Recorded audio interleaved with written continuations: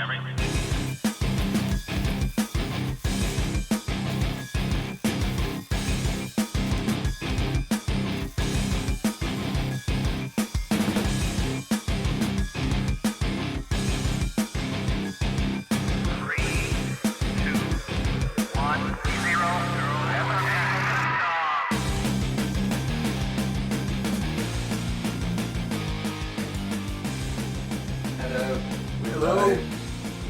We're live. Somebody say something professional sounding. Please don't say fuck or bugger. Fuck cunt. Hello and welcome to Cutting to the Bull in the Post-Truth Apocalypse. I'm Ben and as always I'm joined by Gaz. Hello. And Mike. Hello. And today we're going to finish off talking about the moon landing. It's the anniversary of that coming up. And today it's the conspiracies behind it. Last week we were serious and factual and historical. As usual, as we always are. It was nearly like hardcore history but a bit shitter. This week we're going back to what we know best, the mad shit. Yeah. Let's just say thank you to some returning listeners and new listeners. Luca in Italy, Portland, Oregon, Dakar in Bangladesh, Pasco, where's WA? Washington, nice. I don't know me American states, sorry American listeners. South Brisbane, Australia, Spring Valley, New York, Denpasar in Indonesia, Colwyn Bay, good old Colwyn Bay. Ah, that's a lovely part of the world, though. It is. Little Rock, Arkansas? Arkansas. Brenton, Arkansas, Flint, Michigan's back, Porterville, Missouri, Bangalore, India. Is that Missouri? Listening. Thanks a lot. So we're going to do Weird News live on Facebook and then we will crack on with the main thrust of today. Let's get the boys' views on this week's Weird News. I'll do the first one then. Man trapped in home by attacking seagulls told to use umbrella for protection. I think a bat. Yeah. I don't care if they're endangered. I think a flamethrower. Seagulls are not endangered. Apparently this type is. A teaching assistant from Prestatyn, I just want to point out, Prestatyn, one of the finest mini golf courses in North Wales, has revealed how he was advised to use an umbrella to protect himself from seagull attacks. Tom Ellis, 29, is unable to use his garden and is forced to shield himself from the swooping birds after they nested just above the doorway of his bungalow. The gulls, which have hatched 2 chicks, have been fiercely defending the nest, regularly attacking Mr. Ellis as he enters and leaves the property. After one of the birds narrowly missed his head, he rang the authorities for advice and was shocked to be told to use an umbrella. Surely a significant amount of fireworks would have been more useful. Like strapped together and thrown into the back garden? Yeah, like Yeah. some homemade napalm. Or a hat made of knives. Not pointed inwards, obviously. Obviously not, That no. would be silly. Yeah. But a hat of knives, Yeah. that would Yeah. put them off swooping at you, wouldn't It it? certainly would. They'd only slice a wing off. They'd never do it again. Nope. He also claims the RSPB, Royal Society for the Protection of Birds, have told him to expect 5 more weeks before the seagulls move on. Mr. Ellis says he has now resigned himself to having to dodge the animals and has to warn visitors to shield themselves. I can't go out and enjoy the sun. My nieces and nephews can't come and visit, especially with them attacking and swooping. It would piss you off, wouldn't it? You know what? I'd deal with the problem myself. Endangered or not, Yeah. they're getting a cricket bat up them. I'm an animal lover. Yeah, But I I'm am. not having that. I'm not going to be a prisoner in my own No. home because of seagulls. At the very least, I'll throw some medium-sized stones Or you Yeah. can just throw bread to stop them. into your neighbour's garden. Yeah. Make a run for it. That's a much more humane way. That's why Wouldn't you solve the problem, but cut the tree down. Now they're above his back door. They're on his roof. They're always there in the house behind us, a nest on the roof too, so they have me surrounded. They'd be attacked several times, narrowly missing my head. Well, You know that's some bored council work, some bloke's getting attacked by seagulls. I just tell him to use a fucking umbrella. an umbrella. Stop moaning. Wow. I would, I would deal with it myself. I would say, I Yeah. tried to deal with this the right way. I rang them, they were no help. They're basically saying, those birds are more important than you and your quality of life, mate. Yeah. Get a brolly. They're a protected species, believe it or not. The RSPB said there's nothing they can do as they're a protected species. Well, that little nest above my front door, I'm up there with a cricket bat, smack. You heartless bastard. Oh, fuck, I'm not having ghouls attacking me every time I come in the house. Set it on fire. Burn the house down. Set yourself on fire and they won't attack you. Set yourself on fire in a pigeon protest. Just self-immolation in your garden. Yeah.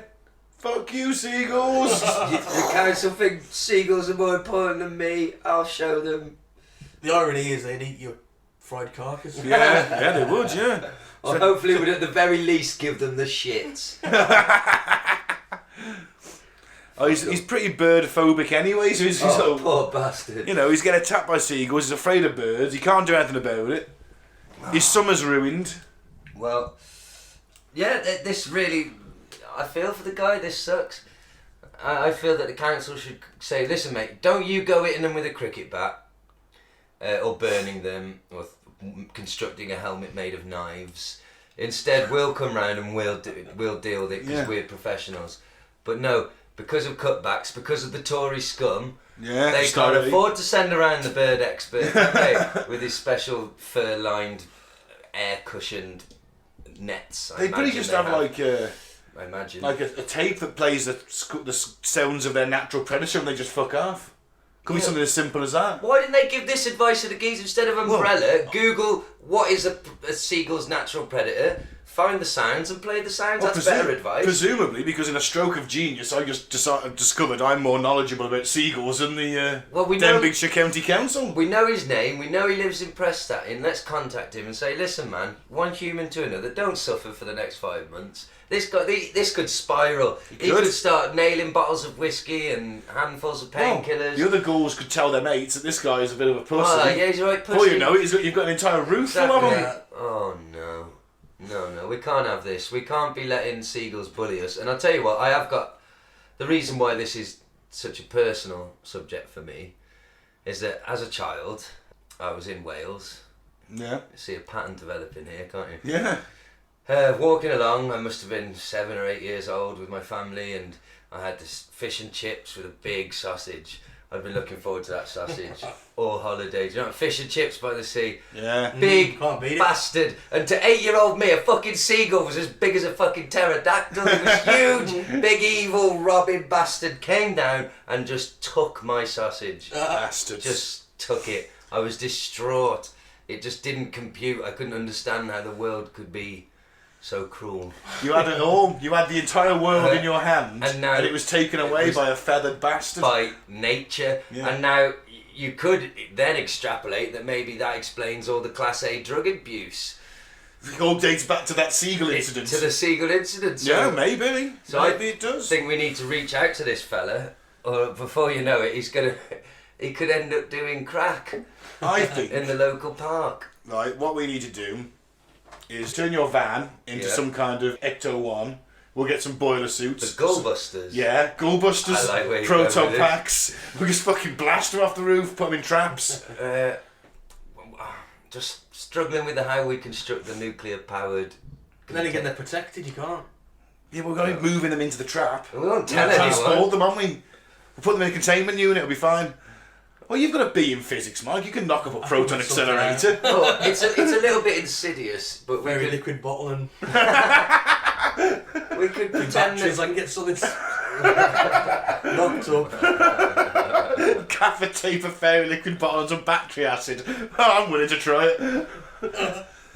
Yeah. Don't cross the streams. No, well, I feel for this guy. Me too. I think that's a very tragic news story. And Wales is pretty depressing anyway, so... Oh, Prestatyn's nice. Yeah. Have you ever been there on like a Tuesday afternoon in October? No, I haven't, no. I only go there to play mini golf. Yeah. It's a bit more, you know... There's a beloved suicidal. childhood memory. Yeah. Alright, okay. Well, alright. Poor boy. Okay, what's next? This was an event I have found on Facebook. An event? An event? Storm Area 51. They can't stop all of us. It's a good idea. Yeah. September 20th this year. 9.9k going, 18k interested. Friday, September 20th at 3 a.m. to 6 a.m. Can't stop us all. Someone get through. 9.9k going. 9.9k fucking liars. None of you are going to be there. There'll be 10 people there, you know that. Oh my god. Well, I like the idea, but I think it doesn't really stand up to scrutiny, because what happens... Alright, you storm the gates, you get over the gates. Yeah, you alien hookers. Then what are you going to do? Just keep walking. Yeah. 10,000 people. They're going to shoot their own citizens. Yeah, but what do we expect to find? What are the 10,000 going to achieve once they storm the place? Scare the alien life to death? Well, you just want to see it, don't they? It's disclosure. It's a civilian attempted disclosure. Doesn't sound very civilised to me. It didn't say civilised, it's a civilian. Oh, right. There's nothing violent. Nothing violent. Just 10,000 of us, you're going to shoot us all. Oh, nothing violent about just forcing our way into a place. I don't want. It's not really I forcing don't want your these way in. unwashed fucking scum getting access to all the most deadly technology we've got. Imagine if we got in and just hijacked a flying saucer. Exactly. Go on, Gaz. Get this one. We crash and Take that burn within that seconds. alien coke and fly this saucer out of here. We would crash into a Straight to a mountain mountain. within seconds if we could even start the fucking thing. It would just turn into an argument before we'd even worked out how to start it, and we'd all storm off in different directions. Oh, technical difficulties. Someone is calling Mike's Facebook. Obviously not watching the show. Obviously not. That's okay. It's professional. It was the lines are not open yet, listeners. Don't Actually, that's a thought. If you do. do want to call us while this is on, I'd be happy to take some questions. I have been considering setting up a WhatsApp number that people can call and either leave voicemails or... this is a conversation off air. What's next? Yeah, I just thought it was fun that 20,000 people would show up, and this is one for you especially, Gaz. Ah, lovely. I have seen this one. This is for any fans, anybody who watches regularly, listens to our podcast will know collectively our favourite TV show is Red Dwarf, the boys from the Dwarf. And they've been in the news recently. The AA, I suppose, do we need to explain the AA to the international listener? The Automobile Association, if you're international listener, they come and get you if you're broken down. There you go. The AA rescues broken down Red Dwarf Starbug at the Angel of the North as a fan headed to Comic-Con. That wasn't very well written, was it? No. It was an out-of-this-world call for this breakdown company. Is that even road legal, do you reckon? I mean, it's got to be road legal, but fuck it, I mean, it looks nothing like it's built off any sort of chassis of a car. It's one of those things that was set up for an advert to look like it was sort of found footage type, like it was an organic thing happening. Do you know what I mean? Like this dude, we're supposed to believe this dude was on his way to Comic-Con and broke down. Right, and it wasn't. I mean, you mean this is fake news? I've been taken in by it. Yeah, it's an advert filmed All on fake news, damn it. Oh man! It's one of those where it's filmed as if somebody drove past the lay-by and was like, "Oh my god," with their mobile phone. It's Starbug, but it is still an advert. But anyway. Yeah, so basically it's a bit of a visual thing, but if you know Starbug from Red Dwarf, they built a pretty decent, like I would say, small truck-sized replica of it. It's bigger than that AA van. Yes, and they left it in a lay-by and got an AA van to go and see to it. Because Red Dwarf are in the new AA adverts. Oh, of course, yeah. So that's that. One of the best adverts I've ever seen. Yeah, me too. I'm not often, can't often say I'm a fan of that advert. No. But if it's new Red Dwarf disguised as an AA advert, then I'm all in on that. So yeah. That's weird news then, because that's fake news, so I do apologise. I wasn't aware of that. I saw the headline and thought, guys will love that. So, what do you think happens then, just to go before we wrap up, because is that the last news story? Yeah. Well, just to briefly go back to the one previously, what happens to the 10,000 people that storm Area 51 afterwards? Well, They've all happily, very cleverly said on Facebook that they're going. yeah. So they're all traceable and knowable. Are they all executed for treason? Well, I suppose it depends how far they want to push that lethal force is authorised sign, isn't it? I mean, they might push through the gate, which is It wouldn't look substantial. good if the US Army started gunning down their own civilians. No.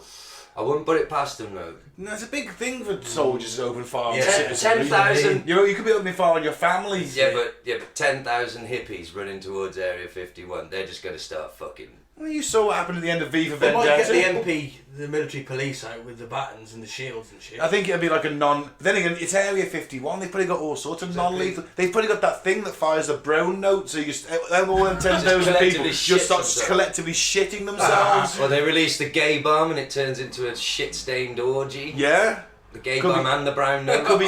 It's a combined fucking thing. That'd be a mess, wouldn't it? No, wow, Nobody wants to see that. no. Good job it's in the sand. Just... Maybe they'll just they'll see On that as well.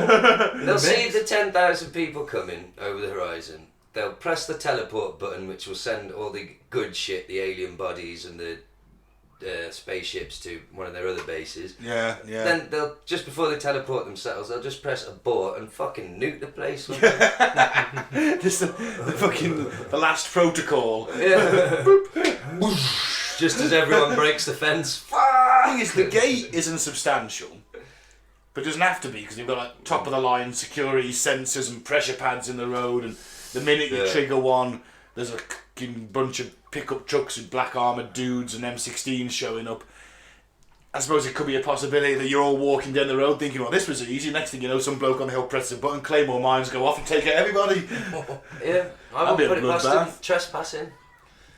All I'm saying is it doesn't seem like the best idea. But- and I wouldn't put this past the American government either, and we know how dodgy Facebook is. Thanks for broadcasting us live, Yeah. by the way.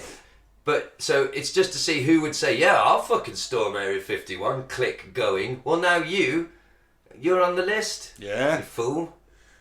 Disappear in the night. Yeah, Black don't, bag on the head. if somebody creates a public Facebook group inviting you to a terrorist event, don't click going. It's just Well, a it's bit of not a friendly terrorist advice. event, is it? It is. They're They'll recla- see it that way. They're just reclaiming public land. Yeah, they did actually buy up a load of public land to expand the base, so you could argue you're just getting it back. Put the peace pipes down, you crackhead hippies, and come back to reason. How's the government going? They're not going to look at this as, oh, they're just reclaiming a bit of land, we'll let them have it. No, they're going to look at No, I'm this just as a saying, terrorist it would action. be interesting to see what would happen. Yeah? Because I don't think they'd fire on them.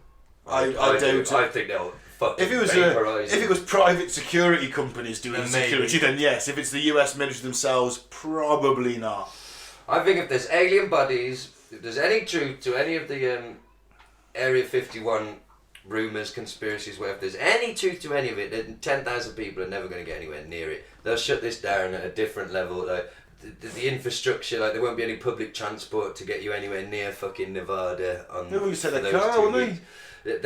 They'll something will happen. The roads will be closed. You won't be able to get anywhere near it. They'll shut this down. They'll nip this in the bud. And now they know everyone that's intended on going. It'll be fairly easy for them to nip it in the But if bud. they're flying into Nevada, they could just sort of block their passports, couldn't they? Or take the planes out of the sky. That seems excessive. Fucking, you gotta protect that alien myth. It's 10,000 people threatening Hey, we're to on, storm we're your on a most soft secret disclosure now anyway. area. Exactly, you don't want it coming from We're on a these. semi-disclosure. I think what will happen to these 10,000 people that are trying to storm is they'll all be so busy live streaming at the same time, it will cause like a radiation cloud that will just ignite and they'll all fucking vaporise. They can do the alien death rate as well. Yeah, but good luck to him. I just think, like I said, I don't think it's bad advice to say that if someone invites you to any kind of illegal activity in a public Facebook group, like, hey, we're going to go and storm this building we don't own, don't click going, even as a joke.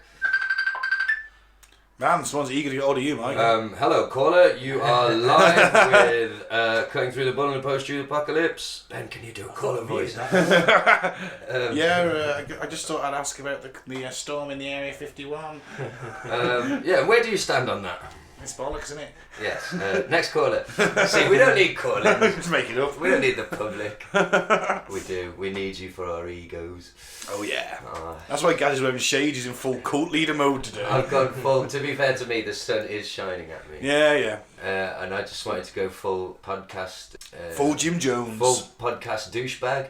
You know, I'm inside with my shades on. Podcasting. Yeah. So fucking cool. Is that weird news of the week? Yeah. I think so. Let's start with some more moon facts. 2013 survey found 7% of Americans believe the moon landing was a hoax. That's quite low. I thought that. I thought they would be much higher. Me too. Yeah. Considering the amount of people who believe the Earth is flat.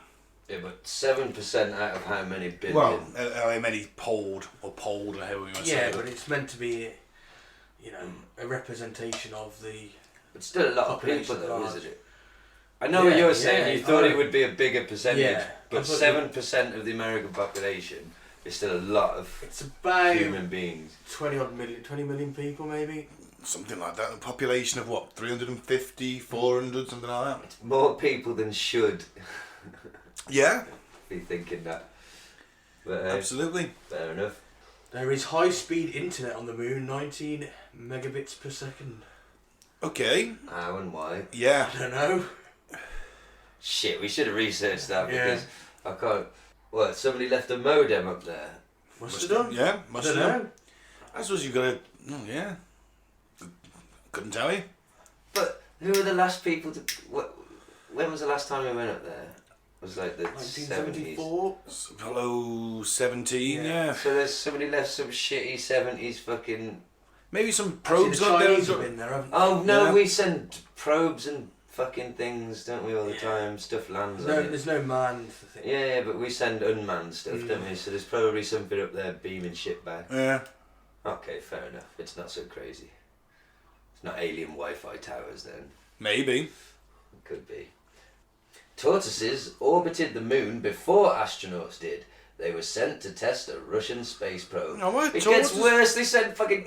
and they live for hundreds of years, Yeah. the poor bastard. Yeah. Oh, what a trip though. He'd be telling all his little tortoise mates Now if he that- comes back. if he comes back. Now that's better than the idea, because I do concede that the idea I had at the end of part one may have been slightly close to the plot of Planet of the Apes. The turtle, because he lives for hundreds of years, he falls through a time hole and a wormhole, and he repopulated the Earth. Planet of the Turtles. Yeah, he seeded. So it wasn't an alien that fucked a human or a chimp to create humans. A turtle fucked a chimp to create humans. A space turtle fucked a chimp. Now this idea's falling apart. at the Yeah. seams. What if? Fuck. I just like the fact that turtle has gone faster than any turtle ever has before. Tortoise even. They're not the fastest moving of things. And he's actually bought a bit of time. He's aged slower than his other Yeah. turtles, only by like a fraction of a second probably. Remember how none of the sea turtles made it back on like the ships back in the day because they were so tasty? Yeah, I'm yeah. sure that came up before. Like, Yeah. They could never actually get a living species back to the UK because no one could resist eating Yeah. the fuckers. So The description maybe there's some of the animal, aliens. the somewhere. first description of the animal was succulent and juicy. So maybe what I'm saying is You know what I mean? there's That's how good it tasted. Yeah. That was what the first description. Alright, of the animal- alright. You're on the way back from wherever the Galapagos Islands, yeah? You got a few tortoises on board. They've been described as succulent and juicy. You're getting like fucking rancid pork and pork and beans out of a fucking Yeah, barrel. Stale crackers. Stale crackers, picking the weevils out of your biscuits. And then someone goes, "Hey, them tortoises are pretty succulent and juicy. We could just have one, couldn't we?" And before you know it, it's so fucking good, you're like, "You could have that one there." They're all dead by the time you get Yeah. back to all eaten. Oh, back to weevils. So out there, conceivably somewhere, is an advanced alien race filling their face with tortoise, and they decide that it's the tastiest thing in all the known realms, and they come here in search of more, realise we've eaten all of them, and just kill us in a paddy, Could do. and that could be the end. Maybe. Yeah. Apparently when Neil Armstrong first walked on the moon, he carried with him a piece of the Wright brothers' first airplane. It's pretty cool. Yeah. That sounds like a spin to me. There's a bit. The dark side of the moon is actually turquoise. Ah, nice. How did I know? You've seen it? Oh yeah, we covered that last time. I've heard about this one. During the Cold War, the US seriously considered dropping an A-bomb on the moon to show off its military superiority. Fuck. I have heard about that, where they I thought, have. let's nuke the moon. That could have backfired massively, couldn't it? Yeah. Surely a lot of shit would have like been sent up into orbit that would have... What if it blocked the sun out or something? What if it just destroyed the moon? That would be really stupid. I could think of way... Yeah. Just don't nuke anything. Just wait till you have to use it. If you ever have to. See how that goes. Well, if we did have the moon, our days would only be 6 hours long. Wow. I didn't know that works. But Well, the moon stops the planet rotating as fast, or speeds it up. No, slows it down. Yeah. So it'd be 4 times quicker, wouldn't it? Speed it up. Slow it down. Fuck's fizz, isn't it? I have no I idea. believe that might be a first for the pod. I don't think anyone's ever sung Bucks Fizz on the podcast before. I don't think I've broke out into spontaneous Bucks Fizz, but you never know. Right, 11 of the 12 men who walked on the moon were Boy Scouts. I was a Boy Scout. Be prepared. Maybe I have to go to the moon. Well, I suppose I didn't know there was a correlation between boys that have been messed with and becoming fantastic achievers. Oh, this one goes back to last week.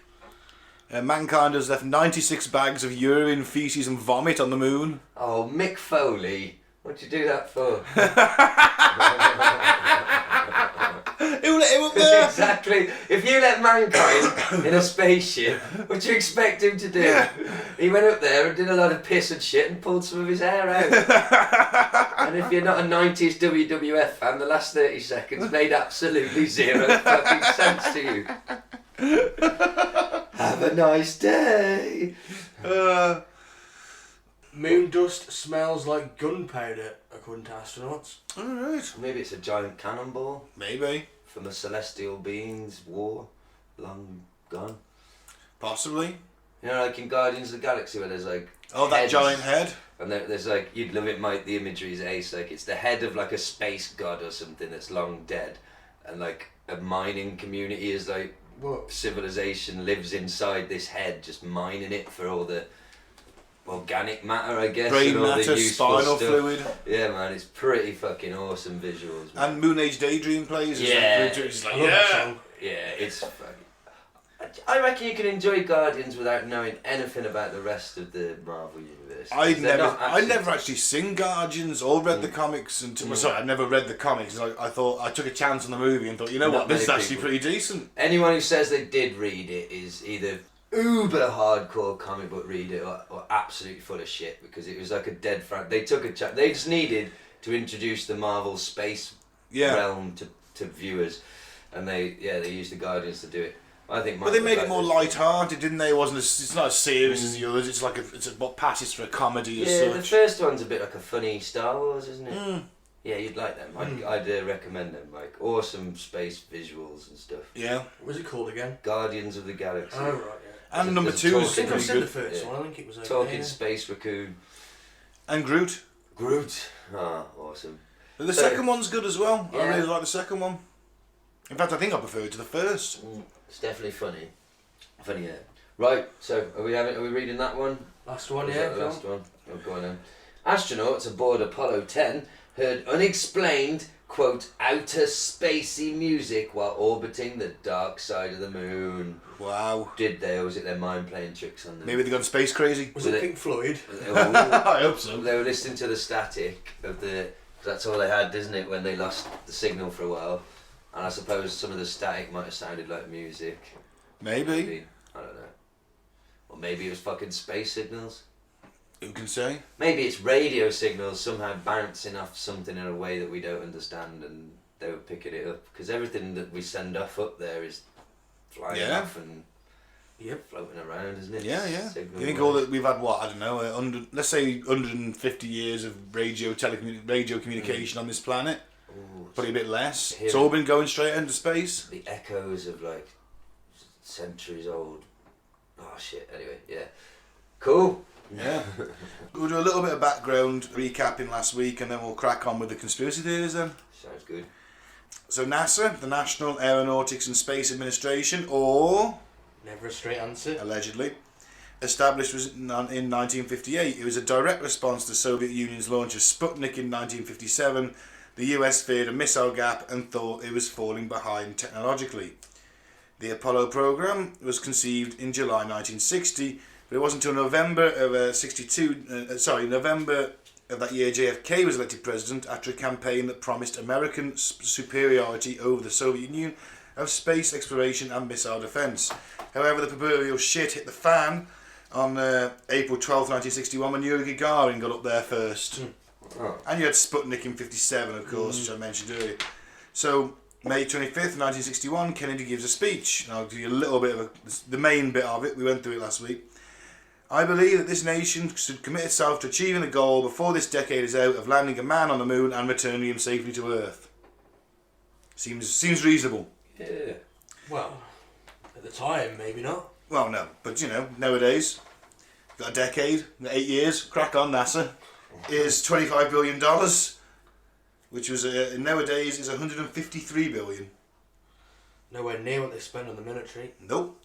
At its peak, it employed 400,000 people and over 20,000 industrial firms and universities.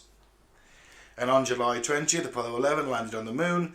Neil Armstrong and Buzz Aldrin became the first and second men to land on the moon, while Michael Collins remained in lunar orbit. The loneliest man. Yeah. I always feel a bit sorry for him. So did they draw lots for it? They must have drawn lots for it. Nah, they would. Or would they get told, oh, you're the best told, guy at flying that, so you're staying up there? They were picked, weren't they? Yeah. All three landed safely back on Earth on July 24th.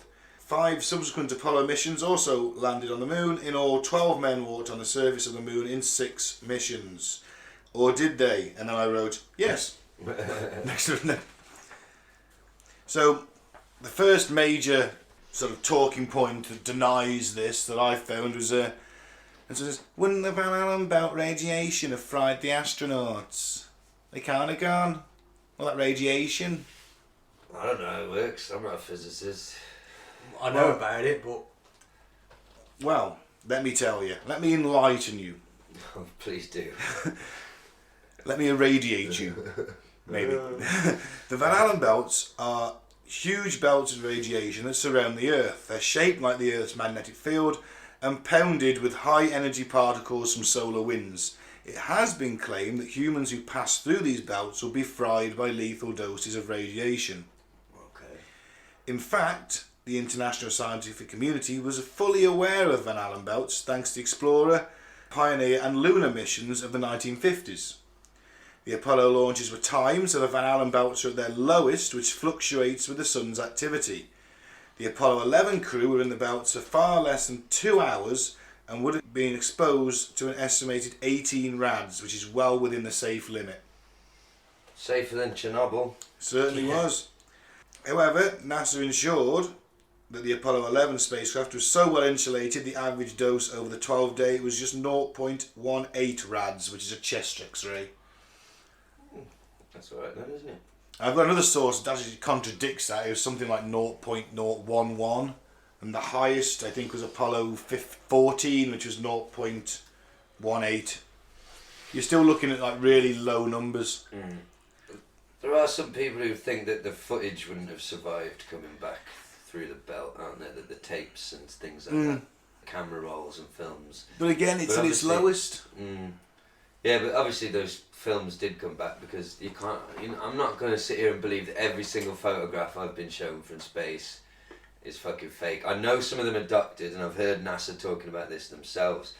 They do touch them up slightly, the modern ones. Make them sexier. Basically, yeah, to give you more. We're accustomed, we expect it to look a certain way, and they do move clouds around and things like that, and a bit basically like what you do to a picture of a girl in Photoshop, you know. Or a man.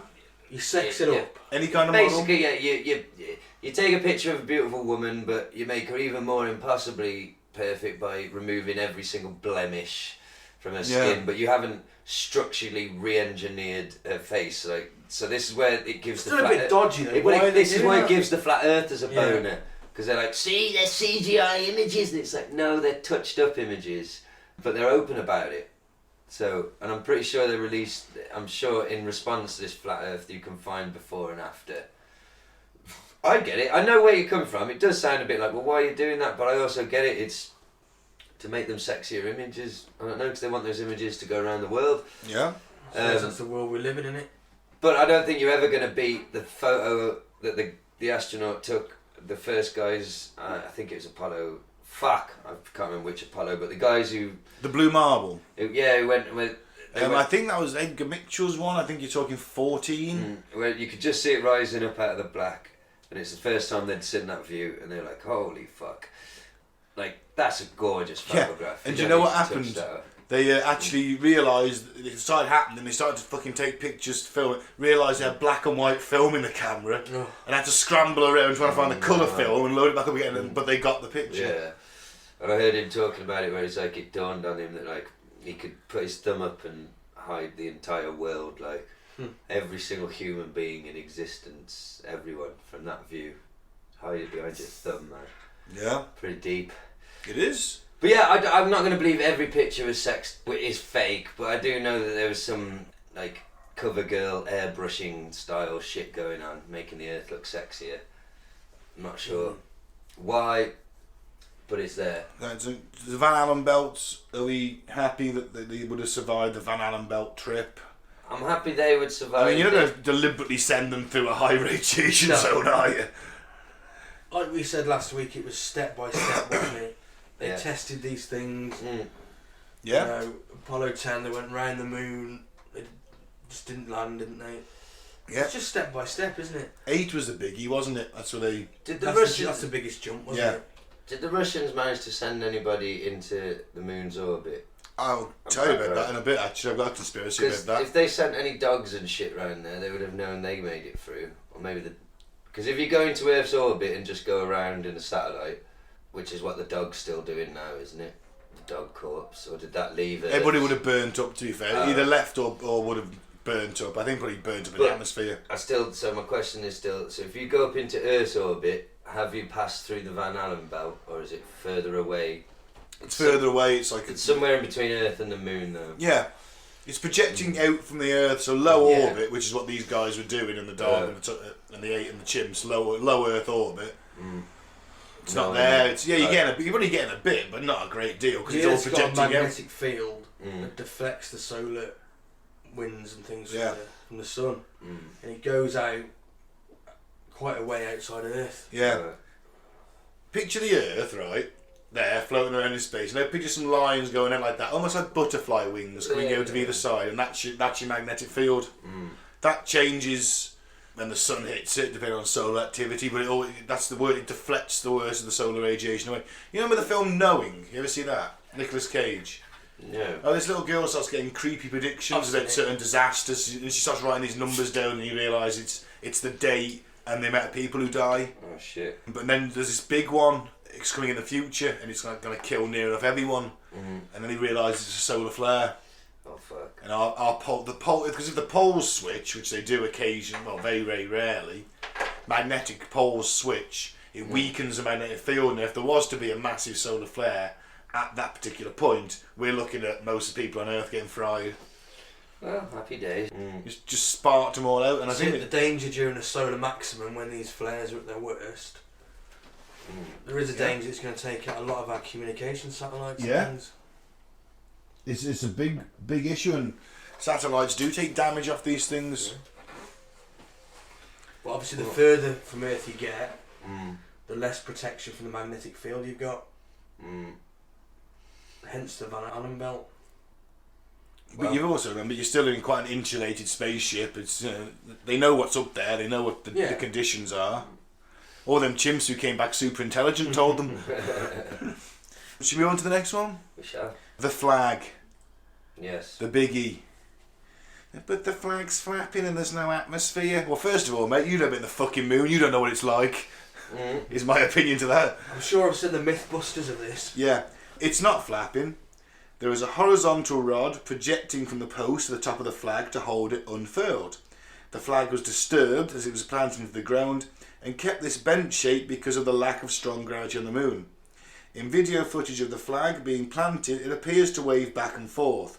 This is because when the astronauts are planting it, they rotated it back and forth to better dig it into the lunar soil, which of course made the flag ripple as it swung like a pendulum without a breeze. Or is anyone going to refute the flag? No, I've seen the Mythbusters, I'm sure. I don't know how space works. So, I don't know.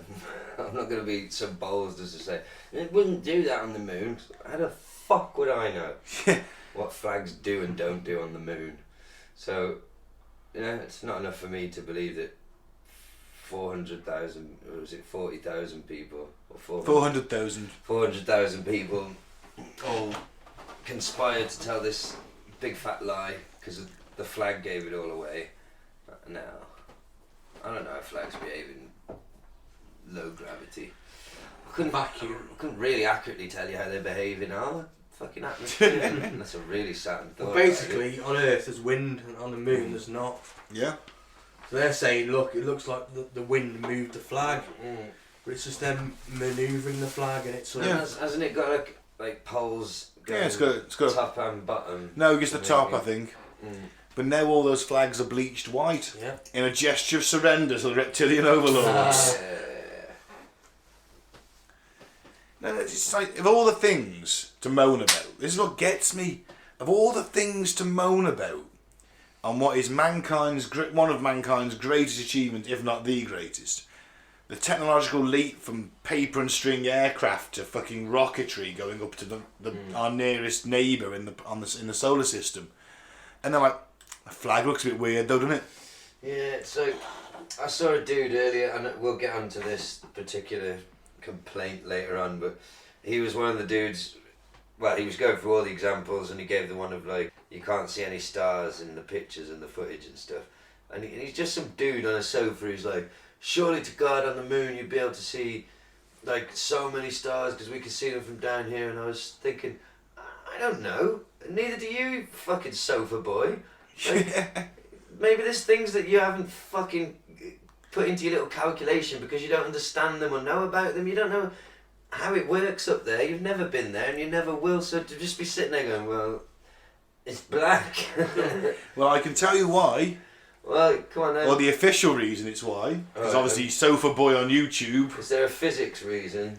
It's a common feature of photographs in space because the contrast of light and dark is extreme. I knew there'd be some kind of science. So it's so blinding. The surface of the moon reflects the strong sunlight and appears very bright in photographs. The brightness drowns out the relatively dim light from the stars in the dark sky.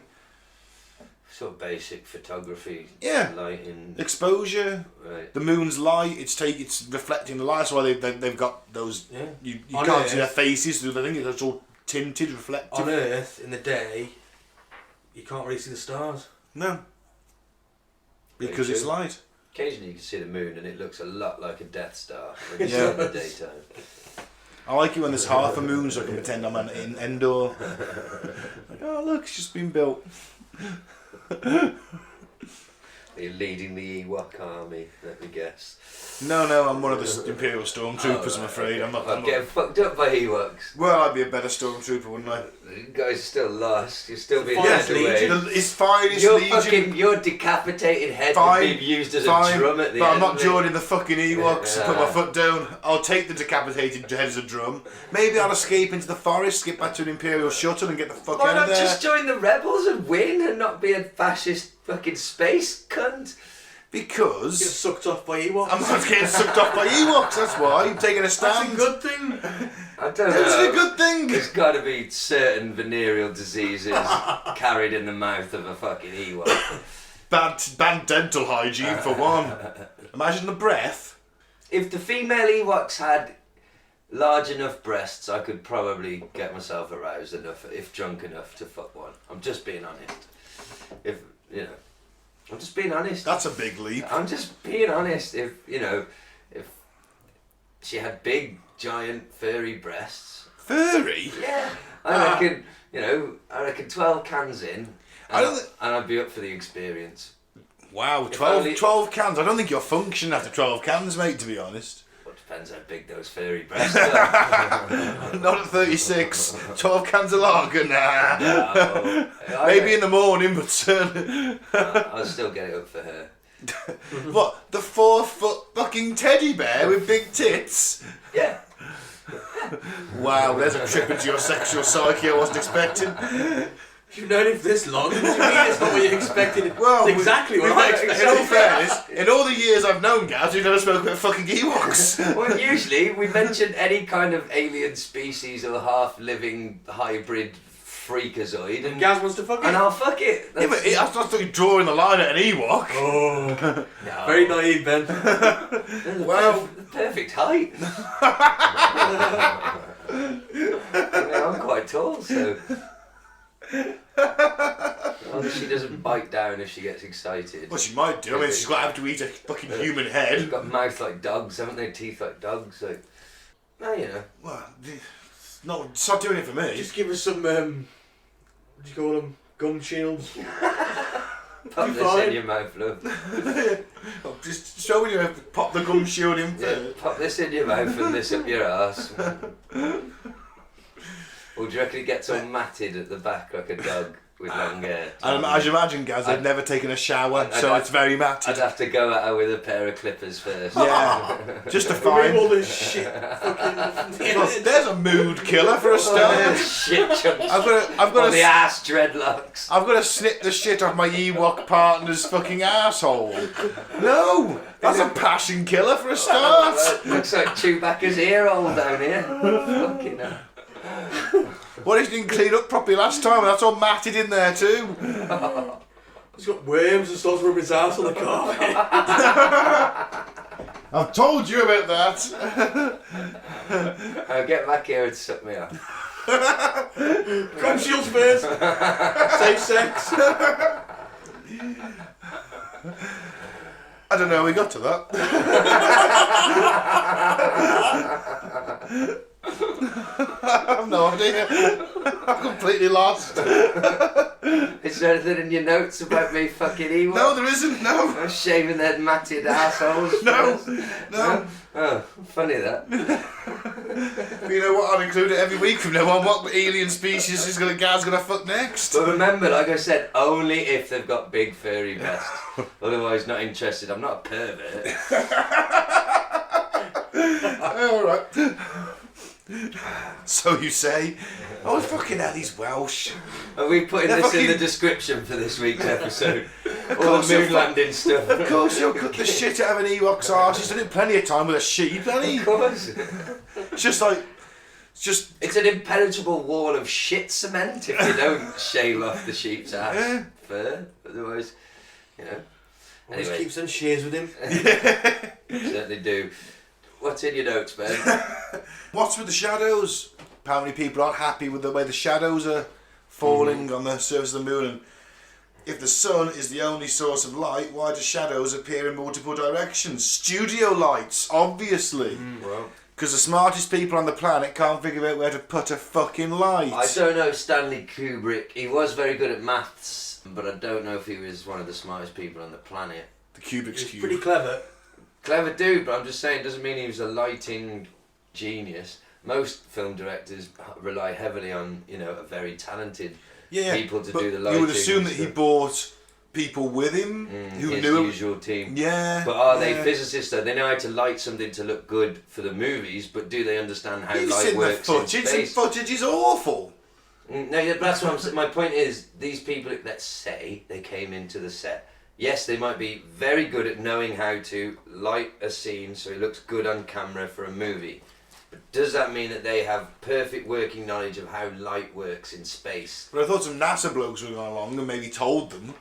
You'd like to think, but obviously maybe they didn't tell them enough because the lighting Well, they'd be supervising, wouldn't wasn't they? good enough, I mean, was it? Kubrick's a perfectionist. I don't know, I wasn't there! He's known for being a perfectionist. If there's anything wrong with that footage, it's got to be real because Kubrick wouldn't allow it. How do you feel about the idea that, yes, they went to the moon, but when they came back, the Van Allen belt had completely destroyed all the camera footage. Right. So they did go to a soundstage, and they did film some stuff that they then released to the public. You remember that the original footage coming down Was being live. Was live. Yeah, I get that, but nobody had VCRs back then, so what I'm saying is, stuff that was then previously came out, they came back to Earth, and the live recording, whoever recorded it, that existed, but the actual hard copies of it, everything they brought back was maybe destroyed. Okay. So they had to have some practical reason Yeah, for but them then you- going, shit, right, build a moon set, we need You'd be to... missing time, wouldn't you? They were like, you took fucking ages, why did you take twice as long? No, because the live footage has gone out already. That's but how it exists, it's like, isn't it? let's make a bit more of a polished one because we've lost the tape, so let's... Yeah, we need to replace those tapes that were burnt. What did people notice the difference? Well, this is the thing, see, because it was 1960, what? 9. No VCRs, so I imagine the only hard copies, recorded copies, would be television state, the people actually broadcasting the signal. They would have made hard copies, but nobody at home had any way. And NASA, of course, they made hard copies. Right. Yeah, but then say they did like it's been a year since the moon will show it again. People watch it thinking, fuck me, that looks a lot better How than I watched good's your it the memory? first time. How good's your memory though? You won't know that. They Well, didn't have mine's the shit, personally. Me too, but they didn't I'm have... like, we're down on the That's, moon. that's how we end up... But that's how we end up with this Mandela effect bollocks, because people can't remember anything. Exactly, but they didn't have the internet to do side by side, so I think back then it would have been a lot easier to hoodwink the public with footage that like... Yeah, but they've still got the hard copies. That's what I mean, they just needed maybe to replace, they need more... All that Maybe, exists is what went out live. Because let's face it, the original live stream is shit, and there's it's because it's 1969, and it's being beamed from the moon to Australia, back across to another satellite, and then into Jodrell Bank in England, and then to Telstar 1 hanging over the Atlantic, and then to America. And it's doing all of that pretty fucking quickly for the time, in all fairness. Yeah. Maybe they just thought, you know what, that original footage was bollocks, let's make a slightly better one. Yeah. Let's still keep it rough and raw. Because we still want funding, we still want people to believe in it, and we still want to go back. Right? So we need to create some fucking footage. Right, Mr. Kubrick? You're Then why considered the Kubrick? best. Because he was considered the best at the time. He was considered... He's not like a populist, like he makes good summer blockbusters. He was considered a serious filmmaker. Yeah, and to be fair, me and Mike tried to sit there and think of some 60s directors who could have had the job, and the only other 60s director we could name was fucking Polanski. Hitchcock. Going Hitchcock. Yeah. He was like... Couldn't Hitchcock have been trusted to a... Well, no, he's British, so not a chance. Was he British? I'm not saying for 1 second I believe it. I'm just saying, of all the conspiracies surrounding it, that's the only one that I can attach any kind of believability to, in my opinion, of like, maybe there's a panic of like, fuck, nothing survived that we brought back. So let's make some sexy looking stuff. Maybe. It's a For possibility. PR reasons, not for hoodwinking reasons, conspiracy reasons, not because we never went, but just because, we still need lots and lots of money, and we want everyone to believe in this, and we want to go back. Well, ironically, I mean, they did the 5 other missions, Apollo 17, Apollo 18 was due to go, but basically America just lost interest. Yeah. That was a sad thing. It's like, oh, we're going to the moon again, are we? No, they did that. They did that 5. That's it. In our instant gratification world, and we want the next best thing. We even got bored of going to the fucking moon. Yep. But like I say, I always remember reading that thing, like 1985, they were going to go to Mars, and he was going to strap 5 Saturn V's together and fire it off. And that was the plan, but it just never happened. Whose plan was that? NASA's. Wiley Coyote. NASA got the Acme Corporation in as contractors. And Wiley Coyote was a salesman. And he just held out a little sign outside the window. Bye! On his little as sign. he implodes. Yeah. Oh, bless him. Yeah, NASA got Acme in to do the rockets. Yeah, wow. Actually, it's one of my favourite lines from Armageddon. He's like, Armageddon. It's not a great film, but it's a good guilty pleasure of mine, especially from drunk. He's like, I saw this plan. One of the miners, the drillers says, it's like Roadrunner. It's going to go so well for the Coyote. And Billy Bob Thornton's like, we've got better rockets than the Coyote. Well, Challenger didn't, did it? Well, that was, in all fairness, a freak accident. So was everything that ever happened to Wiley.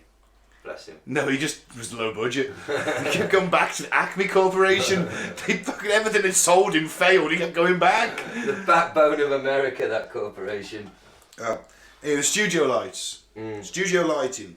Well, actually, a rough, uneven surface can cause all sorts of shadows at different angles, even with a single light source like the sun. The combination of the moon's rough surface and long shadows form a sun low in the sky and can easily create complicated shadows. And plus, again, like fucking Sofa Boy earlier, how the fuck are you supposed to know how shadows behave on the moon and all that? Like, you're not a light expert or a physicist. And you've never been. Yeah, you're a YouTuber. You press the switch for your fucking living room light to come on. You don't know how that works. I've seen it on Mythbusters. They did it scaled down, obviously. And yeah, you saw the way he was, because of the bouncing the light off the moon and things and off the wide space. Yeah. Cast shadows. And the shadows go everywhere. Of course.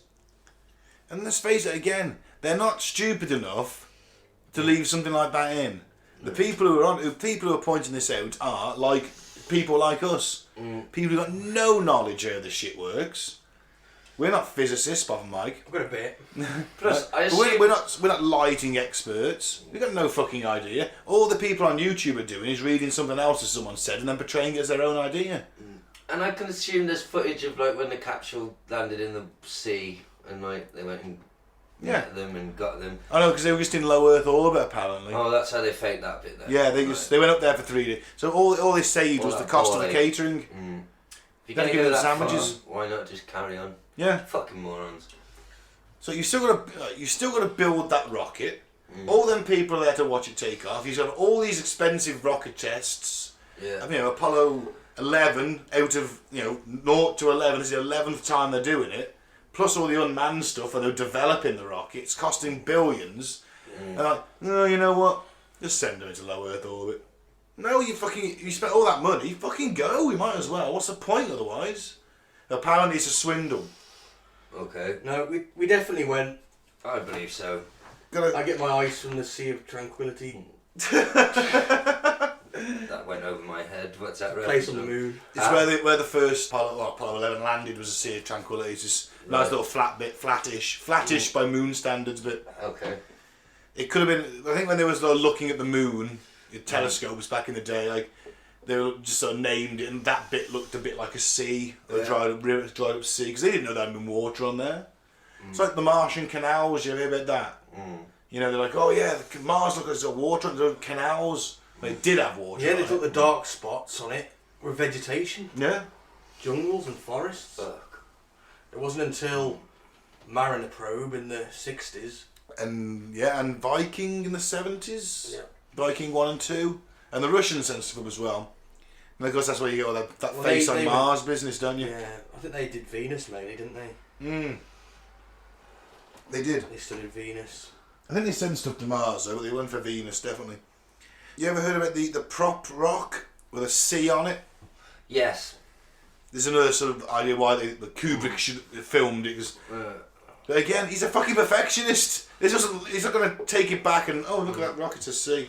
Change that. The thing that feeds them on this one is NASA's. Isn't the comeback fairly lame sounding of like, it's a camera thing? No, it's in the original image, the label isn't there.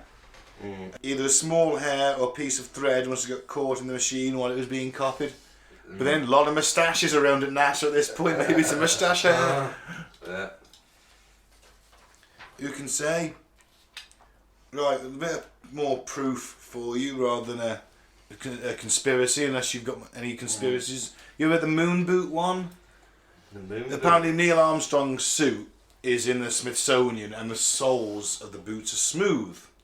But all the photographs of footprints taken have got sort of a ridged. I've heard that. Yeah. Apparently that just boils down to the fact they have boot covers. I was going to say that it would be something simple like that. Right? Yeah. Stick on your outside boots now. You're not going to wear them to drive the space shuttle, are you? Or That's to float it. around in your shuttle. The gloves as well. They say, no, there's no way they could have operated that intricate machinery with those heavy gloves. It's like, well, no, you just build the machinery around the fucking glove, don't you? Yep. Or say, hey, Bob, we got a problem with the gloves, mate. Can you take a look at them? Yeah, I'll have a look at them over the weekend or something. These are the most fucking intelligent people on the fucking planet. They can make a glove work. Yeah, and isn't it as well like the people talk about the camera angle and stuff, but it's like the camera was mounted on his chest. Yeah. Like it was sort of part of his suit, wasn't it? And he was just kind of looking down, and I don't know if he could look down, but. It was just been set in place and he just recorded. But, the worst one I heard is, well, if that's Neil Armstrong going down the ladder, who was filming it? It was on a fucking pole. Jesus, how much of a leap is that? Why is the first leap you're making like, well, that's got to be fake, someone's filming it? No, why isn't the camera just on a fucking strut sticking out? Why can't you just leap straight to that instead of being a fucking lunatic? They had the technology to get there, but they couldn't mount a fucking camera. On a stick. They hadn't planned for that. They didn't. It's the first selfie fucking stick that you morons spend half your fucking lives looking at. Yeah. They're basically the main. Those are the major 4 or 5 that seem to come up with regards to it being fake. The Kubrick one. I've got an article for that. Go for them. Yeah, so let's go into Kubrick then. So, did Stanley Kubrick film NASA's fake moon landing and then hide his veiled confession in the film adaptation of Stephen King's The Shining a decade later? Of course not. But this lunar conspiracy theory is one of the most enthralling yet. Slip on your tinfoil hat and prepare to have your mind blown. Now, there's a film called Room 237. Okay. Yeah, which is looking at all the conspiracies of this film. It's brilliant. It is good. I don't agree with all of them. It's quite very interesting. Alright. So, the US government hired director Stanley Kubrick to film the fake moon landing and to protect the lives of himself and his wife. Okay? He made 1980's The Shining as a veiled confession of his part in a secret project. This would have seen Kubrick filming the landing conjointly with 2001 A Space Odyssey. That's the argument internet conspiracy theorist Jay Weidner makes on his webpage, Secrets of the Shining. Been taken down. Been taken down, has Yeah. it? Because it's Doesn't exist bollocks. anymore. We couldn't afford to fucking keep it going. Anyway, yes, all the New Age advertisements, Egyptian fonts and Alex Gray illustrations along the rail make this a very hard sell on the discerning reader. The whole theory, like the best of them, is strangely fascinating. Weidner grasps onto various bits of imagery in the film and deviations from Stephen King's novel as Kubrick revealing his secrets to the unsuspecting audience. The basic premise is that in the film, the protagonist Jack Torrance and his son Danny both represent different aspects of Kubrick, the protagonist and the artistic visionary. Jack, Kubrick's practical side, makes a deal with the manager of the Overlook Hotel, which is America, to protect it for the coming winter, the Cold War. Weidner also points out the Overlook, like America, is new, garish and built on the bones of Indians. Whoa, that's a leap. Well, Not a leap, but certainly a... It's true, isn't it? Well, yes, I suppose.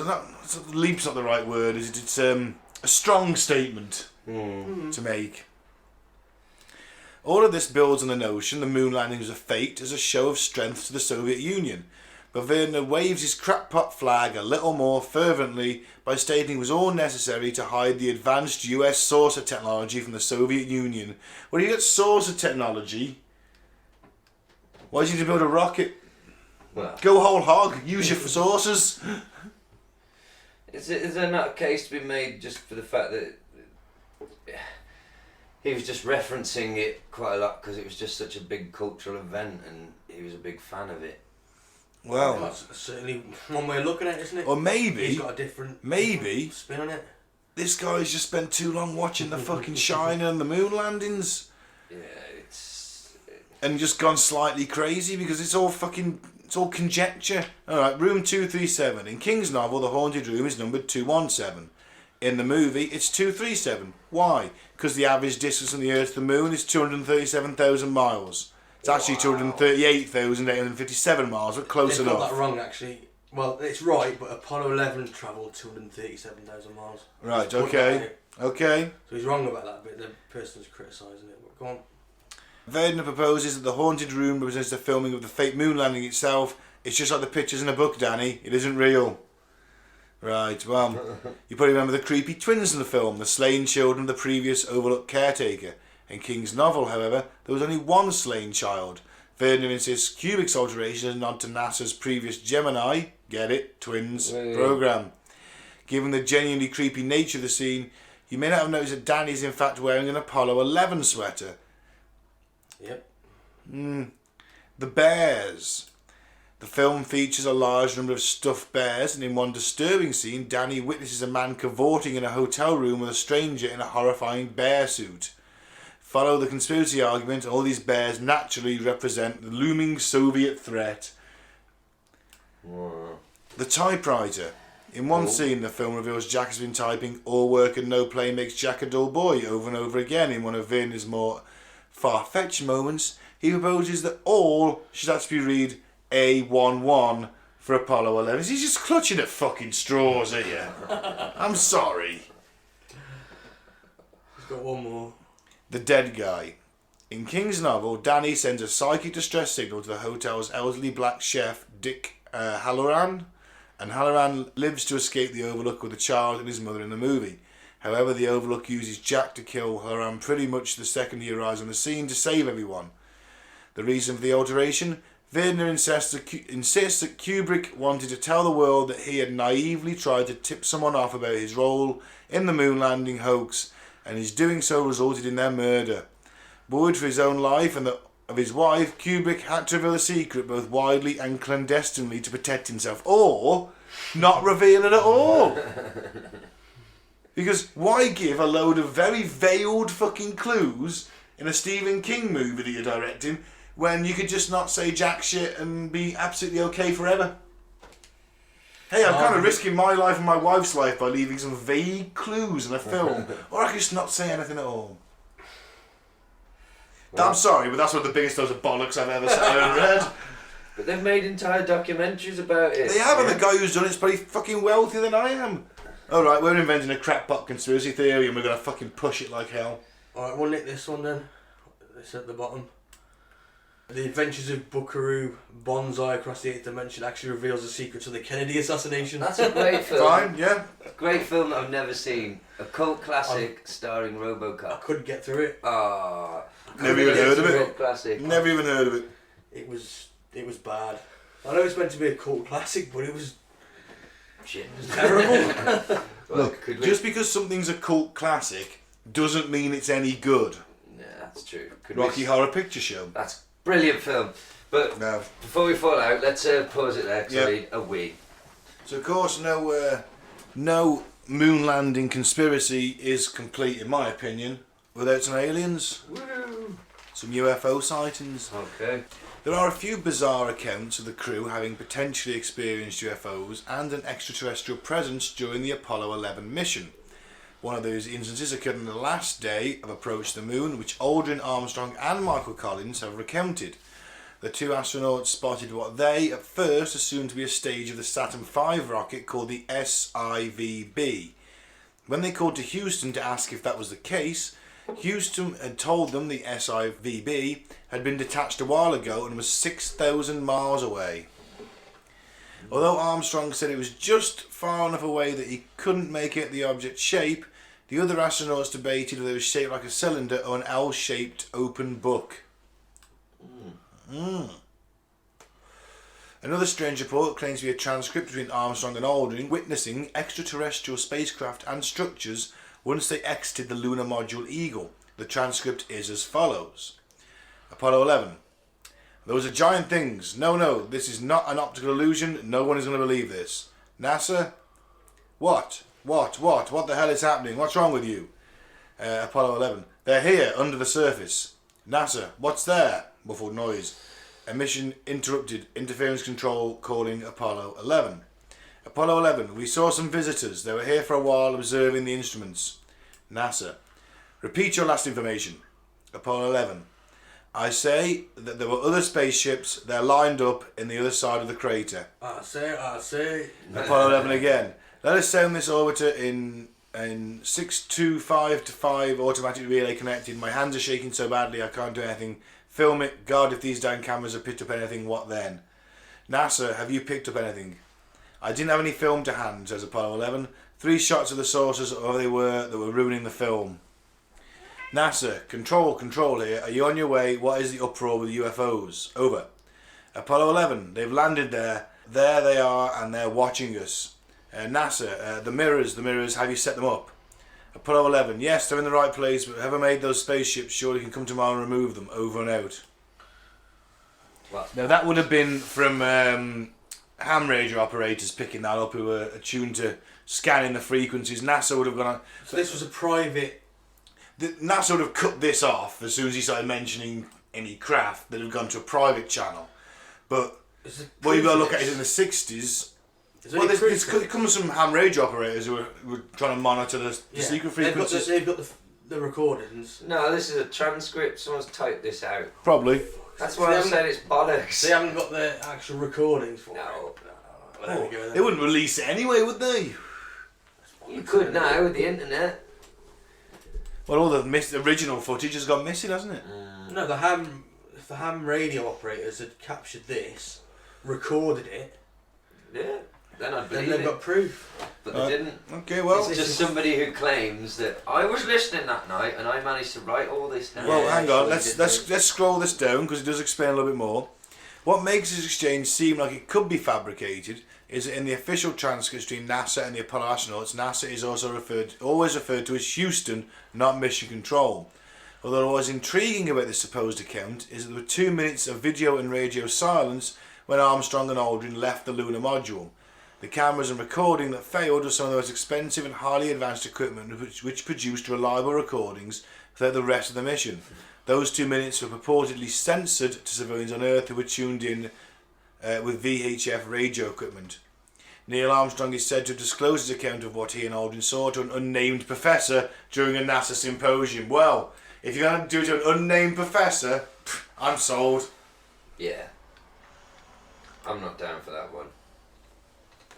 I think the reason that footage was cut for 2 minutes was because NASA didn't want the world to see it fuck up right at the last think stage. about it. If he jumps off the eagle, one small step for man, one giant leap for mankind, etc., etc., and then they immediately start choking to death when their seals on the suits aren't quite correct, or the oxygen tanks don't work. I think it was and it's like, hey, maybe we should just give them that couple of minutes and we'll just chat to them, make sure they're still alive, and then we'll come back. Yeah, sounds like. Because remember, Nixon had that speech on his desk, the one that said he had 2 speeches, one that said, hey, we just landed on the moon and they've come back home okay, and the other that said, they're all dead on the moon. Yeah. But hey, they managed to put up an American flag first, so... And leave some piss. Yeah. Please, never send Mick Foley to the moon again. This... I just got an image of him. What's his name? Armstrong's like, this is one small step for man. And Mick Foley just comes jumping out from behind him doing an elbow drop. And one giant elbow drop for mankind. Boom. Have a nice day. I just cracked my helmet. And then he just sits there rocking back and forth, punching himself, pulling his hair out. Oh, that's enough mankind puns. It was a really weird name for a character though, wasn't it, mate? Yeah. I've got an amazing idea of this character. He's a total fuck up, total psychopath. What's his name? Mankind. It sums it up, I think. Actually, it's quite poetic, isn't it? Actually, it's all just clicked into place for me. He's a metaphor for all mankind, isn't he? Mick Foley's a pretty deep guy. He probably considered. Yeah, I love Mick Foley. He's genuinely, Mike. Doesn't he write kids' books as well now? He writes books and children's books, and yeah, he's as wrestlers go. He's in wrestler terms, he's very intelligent. In just people terms, he's not a moron. Yeah. But also, to be fair, he has left blood across most continents in the ring. He left an ear in Germany. Yeah. Cactus Jack, Mankind. Is he? Oh, it's all Dude Love. Mankind You'd love the Dude Love era. I bet you if What I year showed does he wrestle? He was the one the Undertaker took off the top of the steel cage through the table. If I showed you a picture, you might recognise him.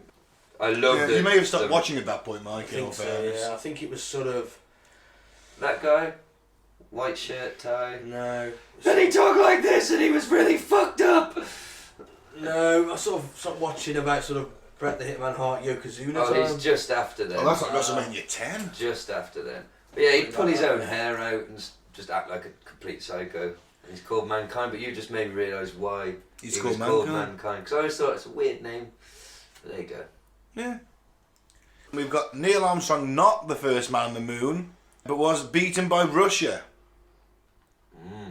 But the Soviet explorers died, with theories suggesting this is why the government covered up the fact that it had undertaken the ill-fated mission. The claims have been backed up by a conspiracy theory video which has emerged online purporting to show the cosmonauts walking on the moon before the Apollo 11 mission. According to history, Neil Armstrong and Buzz Aldrin landed the lunar module Eagle on the moon on July 20th, 1969, 50 years ago this year. Bit of an old article. But the USSR was actually the first to reach the moon, landing the first spacecraft, which beamed back pictures, dailystar.co.uk reports. Wow. Well, it's in the Daily Star. Yeah. The Russians also sent the first rovers to drive around the lunar surface. YouTube channel, The Unknown, so it must be true, released the video which also claimed NASA astronauts who later went to the moon found and buried evidence revealing cosmonauts beat them to the moon and may have perished there. According to The Unknown, a clip of a secret night rocket launch was found in the Russian archive, and another video shows a Soviet spacecraft landing on the moon and cosmonauts getting out. They appear to plant the Soviet flag. The second film was found by NASA astronauts at a possible Soviet lunar crash. The video narrator said all that was left was wreckage in a Russian film. They were the first.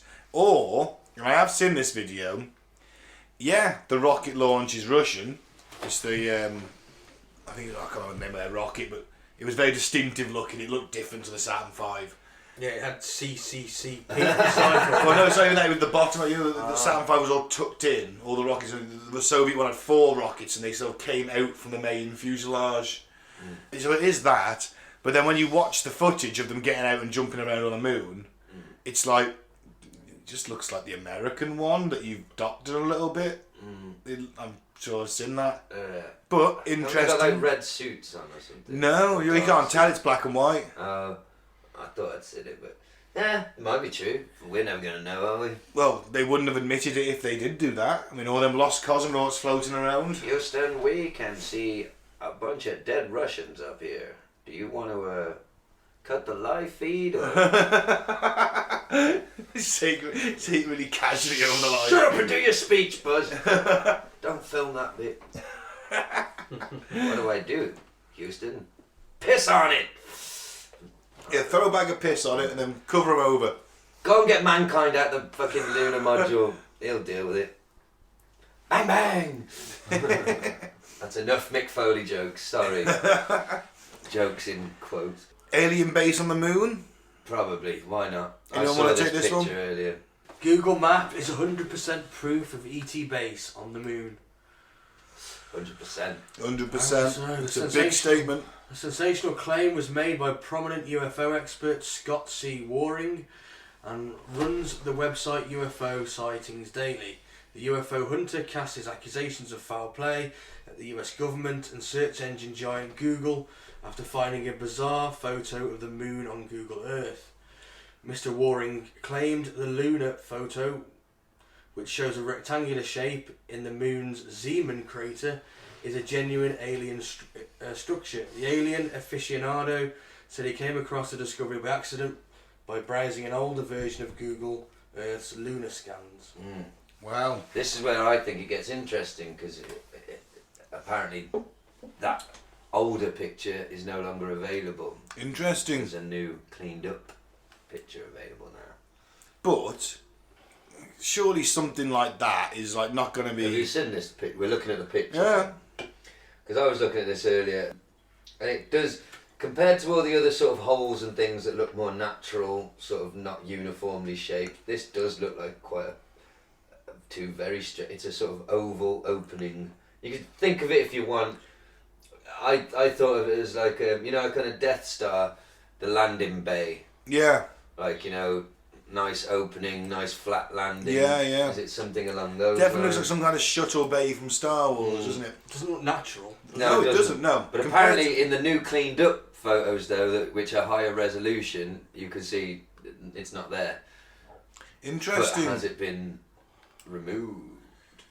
I mean, remember on some of the original cameras and that they were using in the older stuff, every single sort of black dot is actually a missing pixel because the cameras weren't high res enough.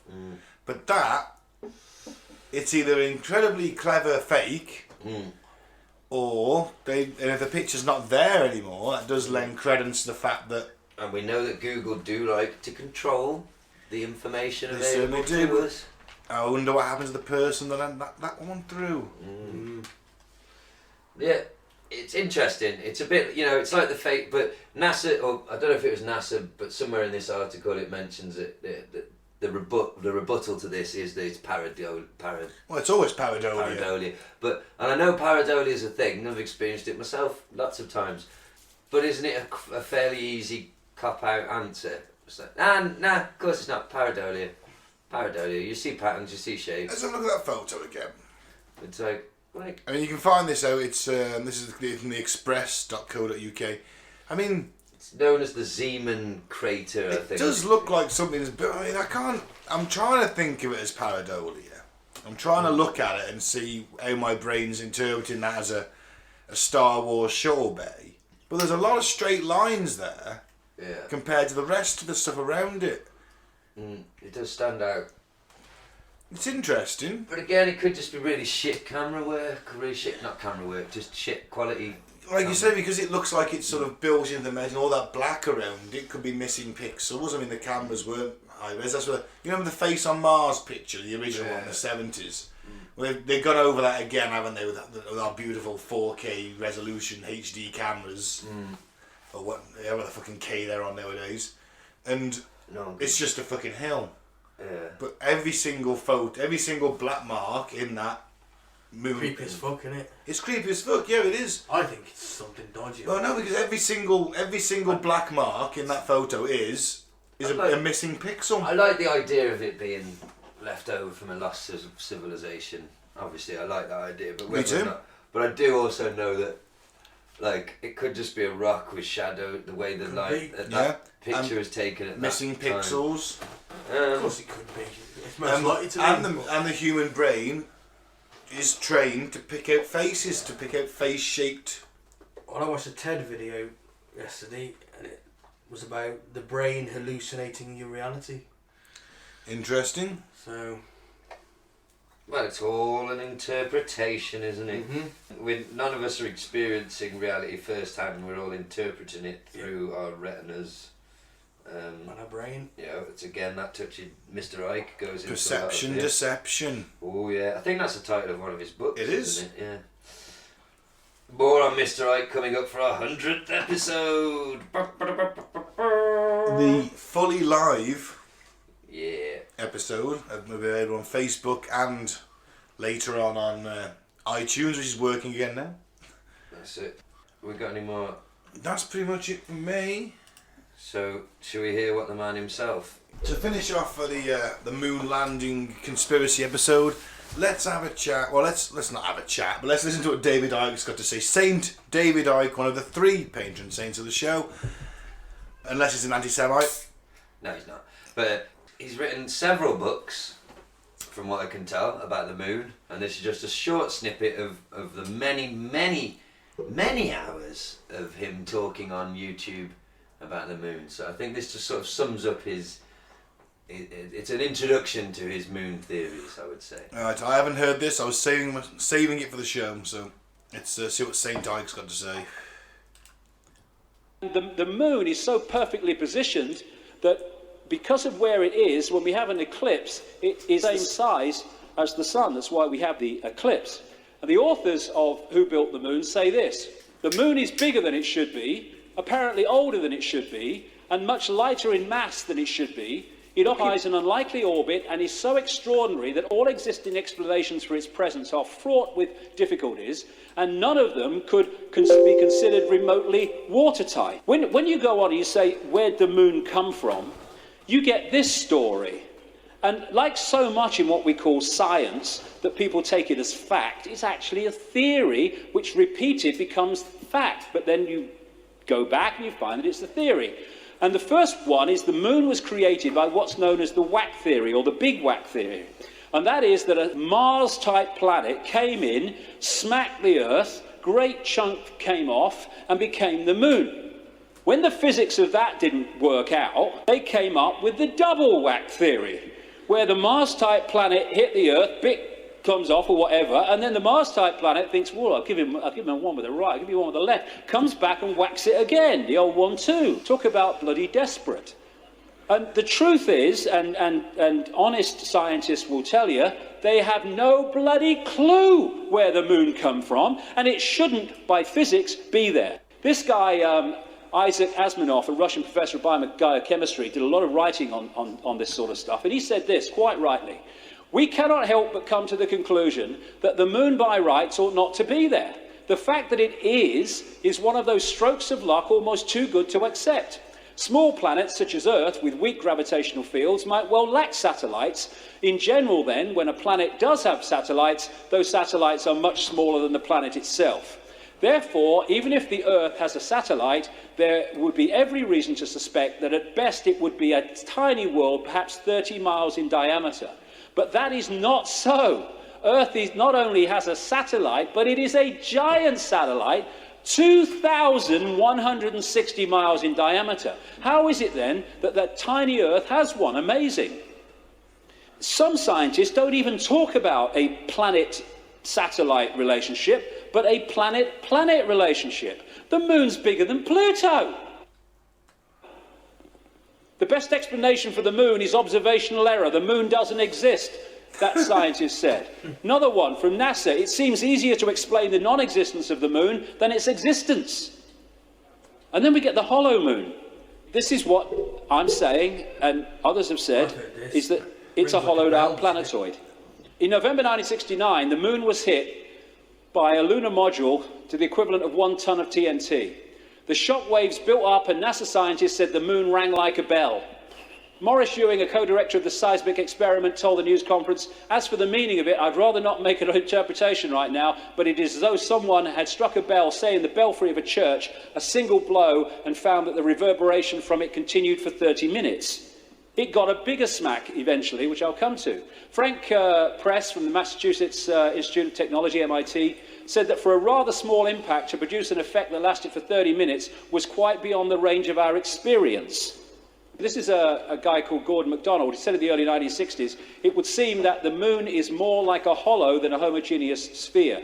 And this guy from MIT said the lunar orbiter experiments had vastly improved knowledge of the moon's gravitational field and indicated the frightening possibility that the moon might be hollow. Now we'll come to this bigger whack. A launch vehicle struck the moon with the equivalent of 11 tons of TNT, and NASA scientists said the moon reacted like a gong and continued to vibrate for 3 hours and 20 minutes to a depth of up to 25 miles.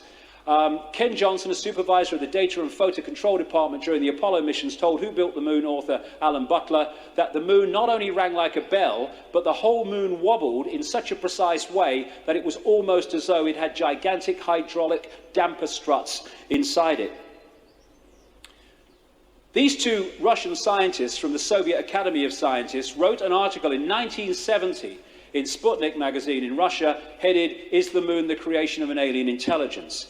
And all these years later, it indicates to the fact that they were right. What they point out, and others point out, is the outer surface of the moon is extremely hard and contains minerals like titanium. Moon rocks have been found to contain processed metals, including brass and mica, and the elements uranium-236 and neptunium-237 that have never been found to occur naturally. Uranium-236 is a long-lived radioactive nuclear waste and is found in spent nuclear fuel and reprocessed uranium. Neptunium-237 is a radioactive metallic element and a byproduct of nuclear reactors and the production of plutonium. Some lunar rocks have been found to contain 10 times more titanium than titanium-rich rocks on Earth. Titanium is used in supersonic jets, deep-diving submarines, and spacecraft. Dr. Harold Urey, the winner of the Nobel Prize for Chemistry, said he was terribly puzzled by the rocks from the moon and in particular their titanium content. He said the samples were mind-blowers and that he could not account for the titanium. The two Russian scientists said in their article, if a material had to be devised to protect a giant artificial satellite from the unfavourable effects of temperature from the cosmic radiation and meteorite bombardment, the experts would probably have hit upon precisely these refractory metals. Refractory metals are incredibly resistant to heat and wear. In that case, is it not clear why lunar rock is such an extraordinarily poor heat conductor, a factor which so amazed the astronauts? Wasn't that what the designers of this super Sputnik of the Earth were after? From the engineer's point of view, this spaceship of ages long past, which we call the Moon, is superbly constructed. They say it's a hollowed-out planetoid, and they say if you're going to launch an artificial Sputnik, then it is advisable to make it hollow. At the same time, it would be naive to imagine that anyone capable of such a tremendous space project would be satisfied simply with some kind of giant empty trunk hurled into a near-Earth trajectory. It is more likely that what we have here is a very ancient spaceship, the interior of which was filled with fuel for the engines and materials and appliances for repair work, navigation instruments, observation equipment, and all manner of machinery. In other words, everything necessary to enable this caravel of the universe to serve as a Noah's Ark, appropriate, of intelligence, perhaps even as the home of a whole civilization, envisaging a prolonged thousands of millions of years existence and long wanderings through space, thousands of millions of miles. Naturally, the hull of such a spaceship must be super tough in order to stand up to the blows of meteorites and sharp fluctuations between extreme heat and extreme cold. Probably this shell is a double-layered affair. The basis is a dark armouring of about 20 miles in thickness, and outside of it some kind of more loosely packed covering, a thinner layer averaging about 3 miles. In certain areas where the lunar seas and craters are, the upper layer is quite thin, in some cases non-existent. So, if what St. Ike is saying is true, and the Moon is a hollow alien base, then then the Armstrong account, earlier on, which you all rubbished, could be true, because, hey, they've touched down, equivalent of 1 ton, the whole thing's ringing like a bell. You know, the fuck was that? You're inside, all of a sudden, your fucking room's shaking. Alright, pop up some fucking saucers, let's go and have a look what's there.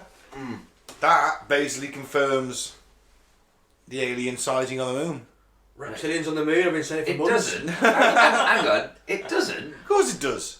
It doesn't. Because all it confirms is, again, some attention-seeking prick who said, I heard this on the AM radio. Are you calling David Icke an attention-seeking St. Ike? I'm calling whoever claims to have transcribed that Armstrong. And St. Ike has taken that from they would have done the opposite. They would have done the opposite and stayed inside their spaceship and thought, we need these cunts to keep believing. If there's anyone left alive because they didn't know we were coming. They would. If they've got the tech to build... Because I've never thought about this before, it's pretty fucking Well, maybe genius. it's a warning thing. If you need an intergalactic space transport, literally travelling solar systems millions of years, having it basically be an asteroid, big enough to defend itself against bigger ones, you know, it's a pretty fucking ingenious design, isn't it? We just build a big rock. So, if you've got that level of technology and you made it to Earth in the ancient times and you probably seeded Earth, maybe we come from the other side of the solar system, who knows, panspermia. Who knows? Right? You've got that level of tech, you can't monitor what's going on down there and go, there's a rocket coming our way. They've actually gone and fucking done it. And they're on the way. Shut the windows, lock down. We need them to think this is still a dead rock and fuck off. Or, it's so ancient, it came here so long ago, why does anyone think all the shit inside it still works or there's anyone left alive on it? They went to Earth and seeded the Earth, and it's just up there rusting like when someone leaves an old Ford Escort in a field somewhere and it just, eventually the axles give way and the wheels drop off and it just... If you want to control a planet, hiding as its moon Yeah. is perfect, isn't it? Yeah. And what if NASA didn't? Viewpoint. What if NASA didn't know that the reptilians were there? Because it's And they above do NASA. now. Or it's above NASA. It's They're so just going, rewarding. that means it's above Kennedy, which it would be anyway. So they're just doing it for, hey, we're going to put a man on the moon. Those sources are unidentified craft seen by Armstrong to basically them saying, fuck off. Get off our lawn. Maybe Armstrong didn't see it and that one is a fabrication, but maybe whoever went last saw something. And Well, that's why is they the Armstrong stopped. one a fabrication? Not the ones who went later. Because it's based on, Well, Ben. splitting hairs there, doesn't matter, does it? No. It's It doesn't matter. based on. It's not because you picked it. It's because it's somebody claiming We know Somebody you're biased claiming- against my UFO sightings. It is somebody. Is anything I'm about to say factually inaccurate? It is somebody claiming that they were listening in on the broadcast. Yeah. And while it went silent for 2 minutes to the rest of the world's most fucking technologically advanced video equipment of the time, it all went dead for 2 minutes. But this ham radio guy was still listening in. They go to a He private heard channel. a conversation and managed to transcribe it perfectly.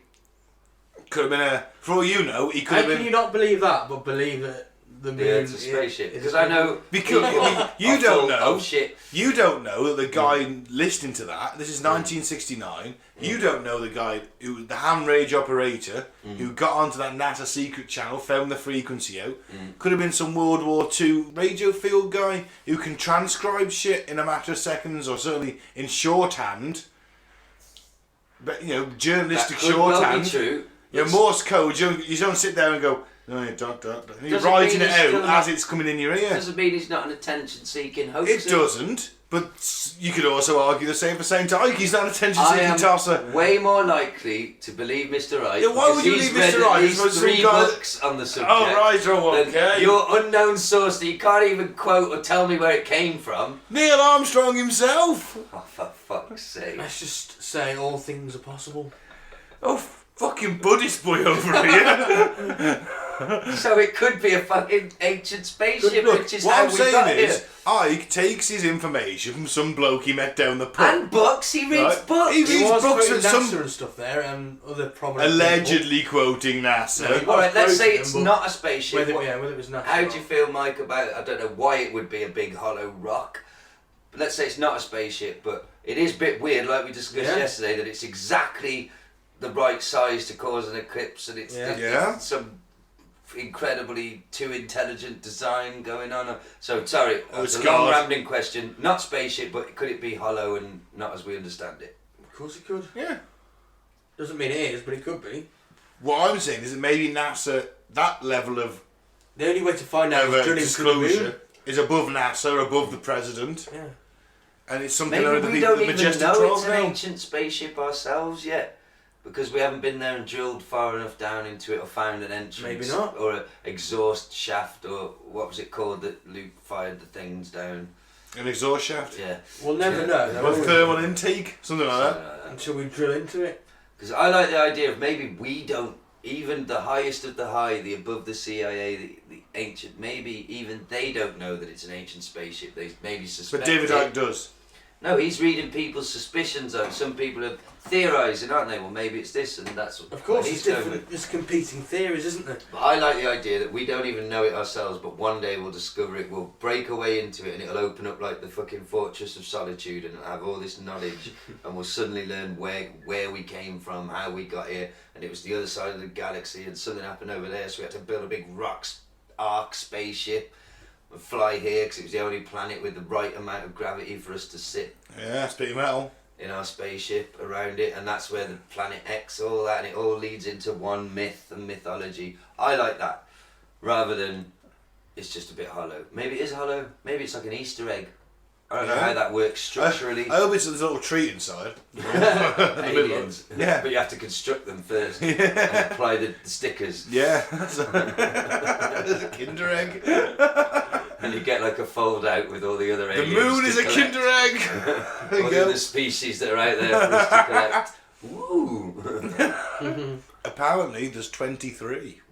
Well, You don't want a face hugger, do you? Oh no. Open it up and a face hugger jumps out. No, you don't want that. You don't want that in your Kinder Surprise. well, I think Mr. Ikers, with his well-researched and 100% true evidence, has summed it all up for us. We've solved it. Yes, we landed on it, but what was it that we landed on? And I think the evidence all leads to alien, ancient spaceship. I do think there's more evidence for that than there is for us not landing on the moon. So In all fairness, yeah.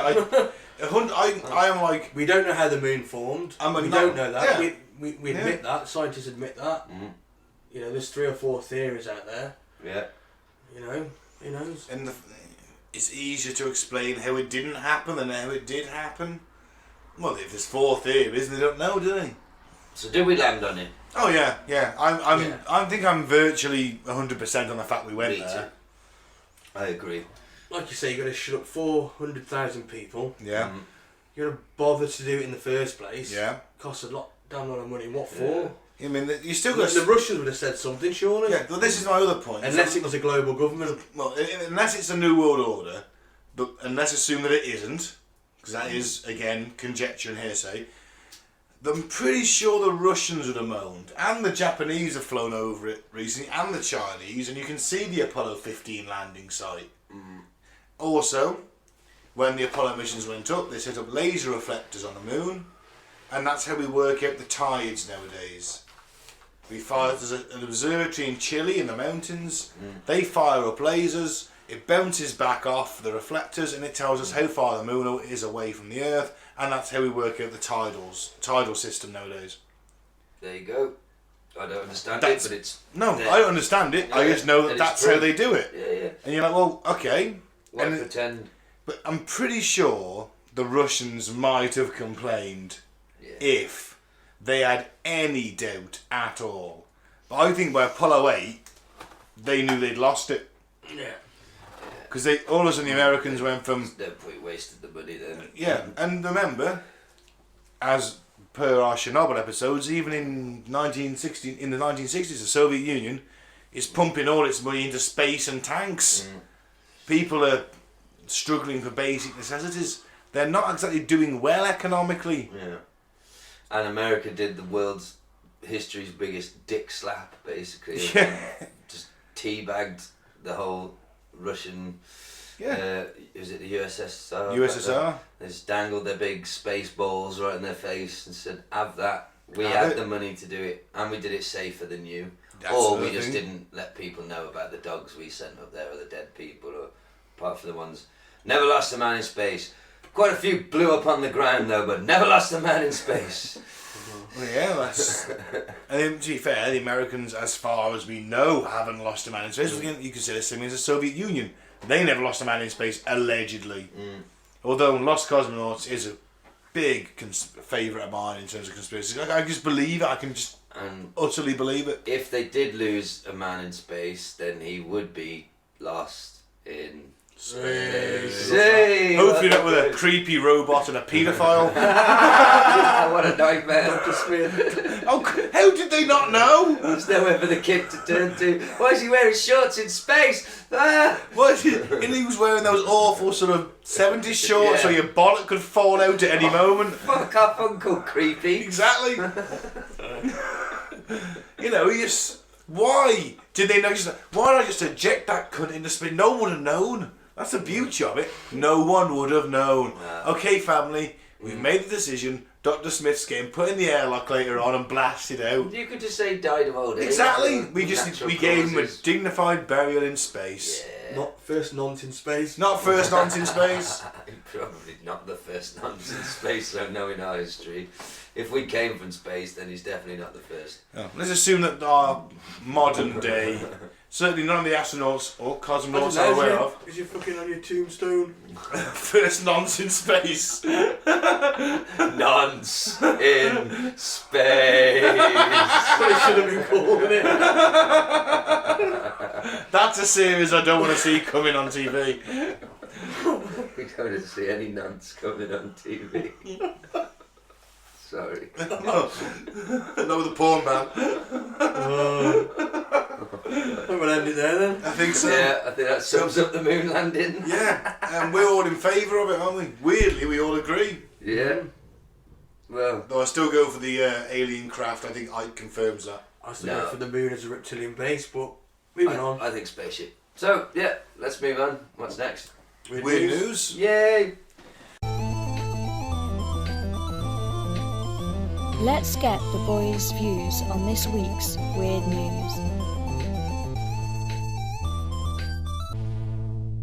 Wow. Okay, this is a difficult headline to read. 2 women used a vacuum to end their period and ended up in the ER because duh. Wow. In today's What the Fuck Were You Thinking section, 2 women were reportedly hospitalised after using a literal vacuum cleaner to make their menstrual periods end sooner. Yes, a vacuum cleaner inside their vagina. A Seattle nurse stated the women aged 19 and 23 went into shock after attempting a dangerous DIY decades-old technique known as a menstrual extraction. The nurse tweeted, "Ladies, please stop using your vacuum hose to end your period early. You're going to wind up sucking it a lot more than blood. There were 2 cases of this so far this week, and both women had to be admitted. Just stop." So that should suggest that this isn't that uncommon. This is unsettling. Although menstrual extraction, which involves the use of syringes, tubing and cannula, were common before abortion became legal with Roe v. Wade, the decision in 1973, there are serious complications your body can go through if you do not know how the procedure works. It should already be obvious why using a cleaning appliance to stop your period is more than a terrible idea. But in case you're considering using a vacuum to suck everything up, stop it right now. Not wise. No, and that is... Oh, wow, that's just... Who thinks that's going to work? Oh, you know what, no, I'm not going to say who thinks that's going to work. It's lack of education. Because there's a lot of dumb fuckers about nowadays. Lack of education. It is. I just want to say that I've never been more glad than to have a penis. Well, I have. There's been lots of times, but just glad. Yeah, I don't trust anything. I mean, there was something happened with me and a vacuum cleaner and my penis when I was young. But you know, I only tried that once. Fucking hell. It wasn't pleasant. Stupid kid. Stupid kid. I nearly lost my penis. Oh, fuck. We're still recording. Shit. Cut that bit out. I never put my dick in a vacuum tube, I swear. That's one of the ongoing jokes from Archer, actually. He always flashes back to when he was like 8 and decided to fuck the vacuum and had to be hospitalised. Oh, it didn't go that far, but it certainly, I turned it off in seconds. Just like, this was a mistake!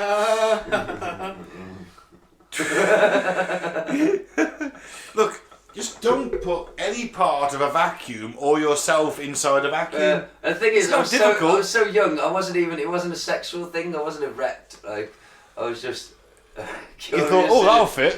Curious in a deeply weird way, just like, Ah! Yeah, so, yeah, cut all that out. Next. Well, next article then. Don't leave your vacuum cleaner in the room with me. Don't leave a Harriet. Is it Harriet? There's Henry, there's another one. I'm sure Harriet's the chick, it's pink. Don't leave one of them in the room with Gaz. Why do you think he's so red? He's blushing. That's what I did to him. That smiley face has turned into a frown. Sorry, Henry. Sorry, Mike. Please continue. Man with horrible hand-painted fake license plate gets pulled over, busted for meth. Yeah, it's not great, is it? Who'd have thunk it? What gave it away, officer? You know, in all fairness, I'm shit at art. That's a stand. I've got meth addict standard for art because I don't think I could do better than that. I'm below meth addict. I couldn't paint those numbers on so fucking legibly. But anyone who's not a meth addict would have just gone and bought a new fucking number plate for $25 or whatever. I don't know, maybe they're more, but okay. A man who was driving a big rig through Moore Park, California, Jeez, he's driving a fucking lorry. Jeez, he's a meth addict. sporting Fucking a hell. license plate so fake it looked like it was made either by a child or someone on drugs, was ultimately busted for being on drugs. There goes my license plate fucking reproduction business. I can't do better than that. Meth specifically. Meth. He's driving a big rig on meth. That's incredible, isn't it? Wow.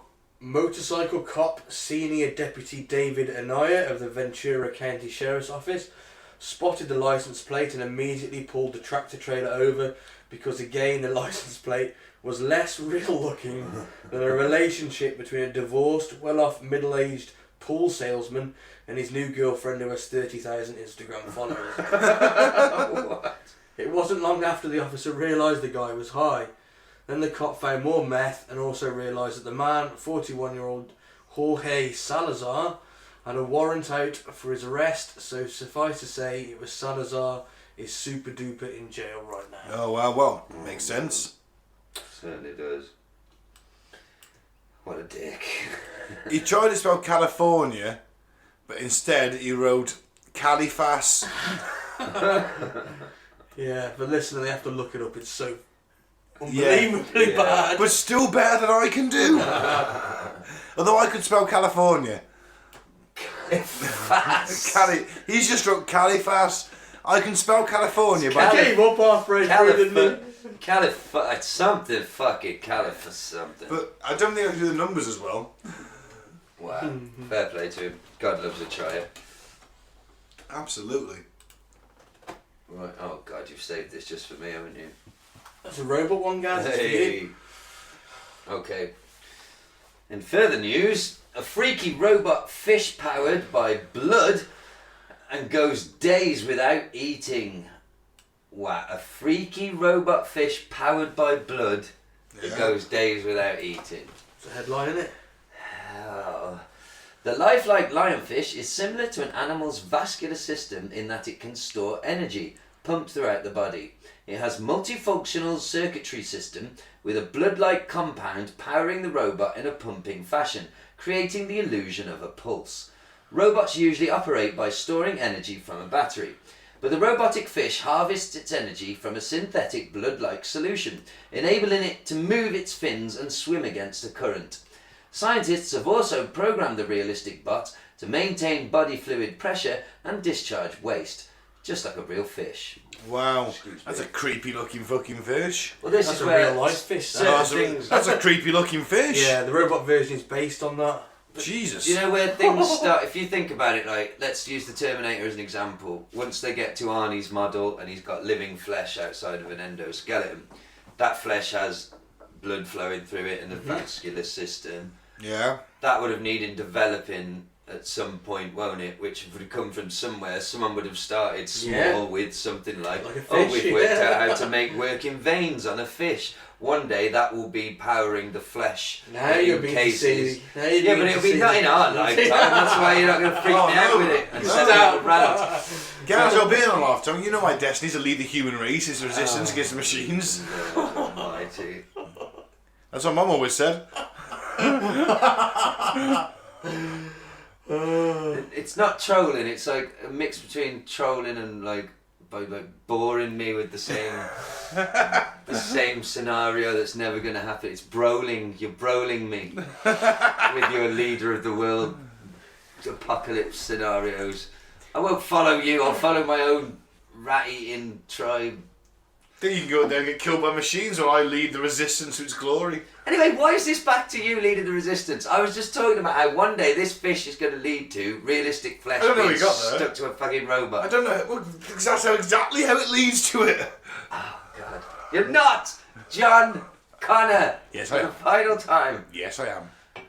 You might be able to carry John Connor's bags or something if you suck up really. If I meet a dude nuts. called John Connor with a shoe in the head, take his place. You could be his butler, maybe. No, I'm the leader of the resistance, trust me. Oh, Mike. Enough with this. Let's do full Alex. Can I go for a piss first? No, you'll sit there and wet yourself as I'm going punishment. for a piss anyway. I'm the leader of the resistance, he's going to speak to me like that. I'll be shot. Fuck. I'm joining the machines. Right, we'll end the show on our very own, completely original game show, Never Go Full Alex, where Mike finds us a couple of random weirdos from the internet, pits them against the arch saint of insanity himself, Alex Jones. It's alright to go a little bit Alex. It's alright to go quarter Alex, half an Alex, 3/4 of an Alex on a train, but never go full Alex. Were you trying to get crazy with this, eh? Don't you know I'm loco?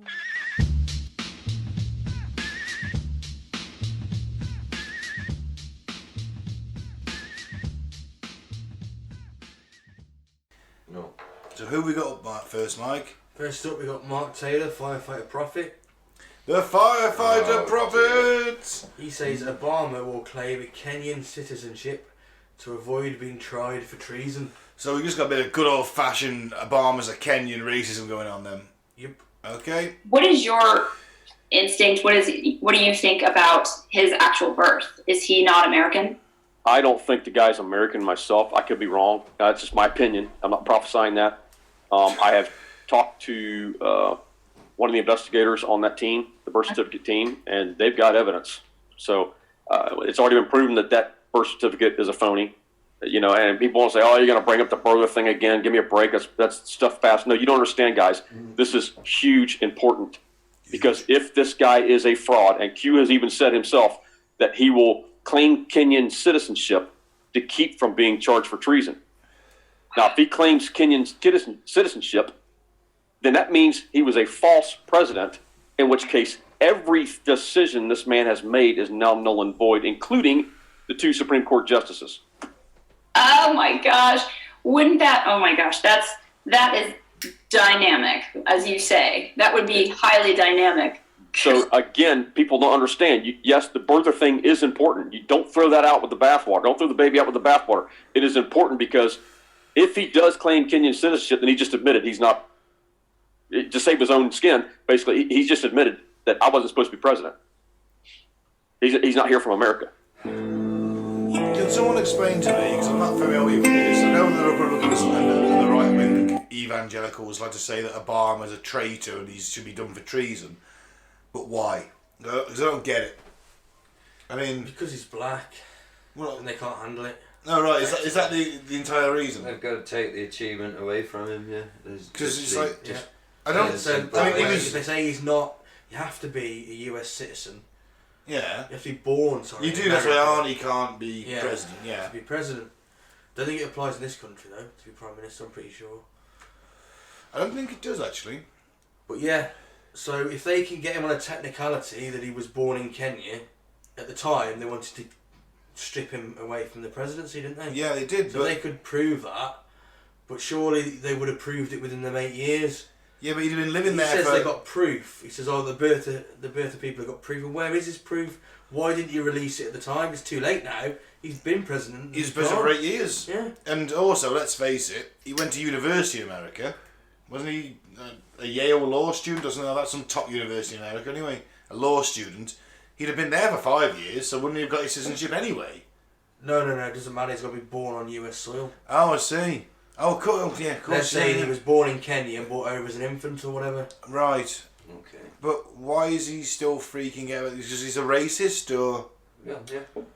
Yeah, they're still going after him, aren't they? Because he's... They see him, he's a figure of the left. Right. He's the demon, he's the Antichrist. But he's full of shit for speaking to... Like, he says... like he's been in contact with people who know that sort of high-level information about Obama's fucking passport or birth certificate. Shut the front door. You're a little fucking bedroom YouTuber. Just because you're old doesn't mean you're credible. And you were a firefighter. Yeah, But he did clarify it wasn't one of his prophets, didn't he? Yeah. You have to look with everything. He said prophesy again. You know. You know the prophet Bobby Connor? He said prophesy. He started saying it now, Mark Taylor. And a prophet, it's not a prophesy. It's not a prophesy. Like, well, good for you. Oh God, we've got Jesse Pearson next. Been a while since he's been on. Yeah. Okay. The JLP show. God, I'd love to fucking go head to head with him in a fucking debate, just to tell him what a cunt he is. I'd probably lose the debate because he's practiced at this. He can deflect and distract and say random shit that's got no. So I'd probably lose, but I'd He's still. quite good at debating. I've seen him. But I'd still call him a massive cunt, and then at the end, I'd Drop probably it out, punch him man. in the face. I'd certainly attack his fucking Christian ridiculous morals. views. His Christian Yeah, morals. no. Yeah. Okay, I'd let's see what. attack his family pet in the middle of the night. Oh Just to no! fuck with him. No! I'd steal his family pet. If his, the dog. You're coming with bite me, his mate. goldfish head off and spit it back into the tank. What if it was a dog or a cat? I might bite his head off. I might No. need like some Leave the sort of dog or power tool. cat's head on the pillow. Yeah. No, what I want to do is I'm going to steal. Godfather style. I'm going to steal the dog or the pet and leave a note saying you're too much of a cunt to raise an animal. Never mind children. So I'm just going to take the dog. I could just push him down. I mean, he's pretty old and shuffly, and I could just sneak up behind him and shoulder barge him down a flight of stairs. Pretty armed to fuck though. To be fair. Yeah, that's very true. Ah, fuck him. I don't think you want someone with Jesse Lee Peterson's mental capability handling in a fully automatic AR-15. What am I talking about? I don't matter if he's got an AR-15, he won't be able to get to it. I'll just use my trusty old method that I always use. Run him over in a van! Yeah. He goes outside, he hasn't always got an AR-15 has he? Goes to put the bins out. He just walked straight out in front of me, officer. It's bin day, he goes to the bins out, he goes smack! 50 miles an hour, straight through the bins and his coat and his body. It's a short residential street, 50 miles an hour. You're parked up right at the end of it, just He would waiting. explode like a person balloon. You're parked up at the end, engine running, revving it. Oh, like a movie bad guy. Yeah. Okay. You got a bit of nitrous in the back as well as a van. Yeah, alright. Do you ever see that Top Gear episode where they took on the Aussies? The Aussie Top Gear. And like, oh man, we haven't really got... They put it against the Australian Ute. It's half car, half pickup truck. Okay. And we haven't got a UK equivalent, so Clarkson borrows a transit van off his mate. And Hammond's driving, and he doesn't tell him the back of it is filled with nitrous. Oh man. So this transit van goes from 0 to 70 in about 3 seconds. And he just flies. And Hammond doesn't know what the fuck's happening. It's amazing. Well, that's what we would do. And absolutely. Let's see what JLP's got to say. He's saying that gays have taken over the terms husbands and wives. And? Yeah, Muslim in Congress now, in government all over, starting to spread around the country. You have a homosexual, radical homosexual, running for president. And no one seemed to care. No rebuking him. And he even flaunt his so-called husband. Husband? With no shame, kissing in the public. And people applaud like it's real. They call a man husband like it's real. It's shocking. And that's what they want to do. And I'm being told that they voted in a black radical lesbian homosexual for mayor of Chicago. And I have those sound bites coming up for you too. Supposedly she kissed her so-called wife. So now they outwardly calling 2 men husbands and 2 women wives, and the straight people are calling their relationship partners. The radical homosexuals started out calling their phony relationships partners, and they convinced the straight people, don't say girlfriend, boyfriend, or fiance, or husband, wife. Say partner. And so the straight people, as weak as they can be, said, okay. Now they call partners, while the homosexual has taken over the term husbands and wives. It's mind-blowing. It's just hard to believe. It's hard to believe because it's true. Straight people have changed the term from husband and wife to partners. Oh, if you're not married, you're partners. If you're married, it's husband and wife, isn't it? That's He's saying now they've changed it. So husbands and wives are now saying partners, and the homosexual relationships are now saying husbands and wives. Number 1, I don't care. Yeah, exactly. Number 2, whatever you call your relationship is up to you. If you want to be partners, you be partners. You want to be husband and wife, you be husband and wife. Couldn't give 2 shits. It's not my business. I just think he's a fucking repressed homosexual, like most of them, to be fair. I'll guarantee you they'll find you in a motel with a rent boy in fucking 10 years. Probably less than that. Well, no. It's just shocking. He's just a fucking old... He's for an African-American gentleman who doesn't believe that the slavery happened. He's Uncle Tom, isn't he? And wanted to... well, I suppose that's the technical term. Well, the old term, wouldn't it? The Uncle Tom, yeah. The Samuel L. Jackson in Django. Basically. Yep. Sticks up for the white man. And that's why he's got a show and an audience. I mean, that video's had 1,200 views. There's nothing a racist like more than a black man confirming that it's okay to be a racist. I mean, didn't he say in one episode previously, when he featured that what he wanted to do was take a lot of black people down to the south, a lot of black kids down to the south, and pick cotton because that's what he did, and it made a man out of him. Yep. And but that's a slave trade, Jesse. Isn't it? Yeah. Well, it wasn't a slave when he was young, was he? Well, no, but he never said he was going to got pay paid them. for it. He never said he was going to pay them. But I bet it wasn't fucking much. Oh God, yeah. A few cents a day. Yeah. Young black kid to pick cotton. Room and board and a few cents a day. That's a bit of slavery got away with it for ages, wasn't it? Yeah. They're not slaves. They're getting room and board. They get a bed and food. Paying like a cent a day. Yeah. There you go. Got a wage. It's like prison, isn't it? Like American What's the prisons. difference between a slave and a wage slave, Ben? There isn't one. About 4 weeks holiday and dental care. Hey!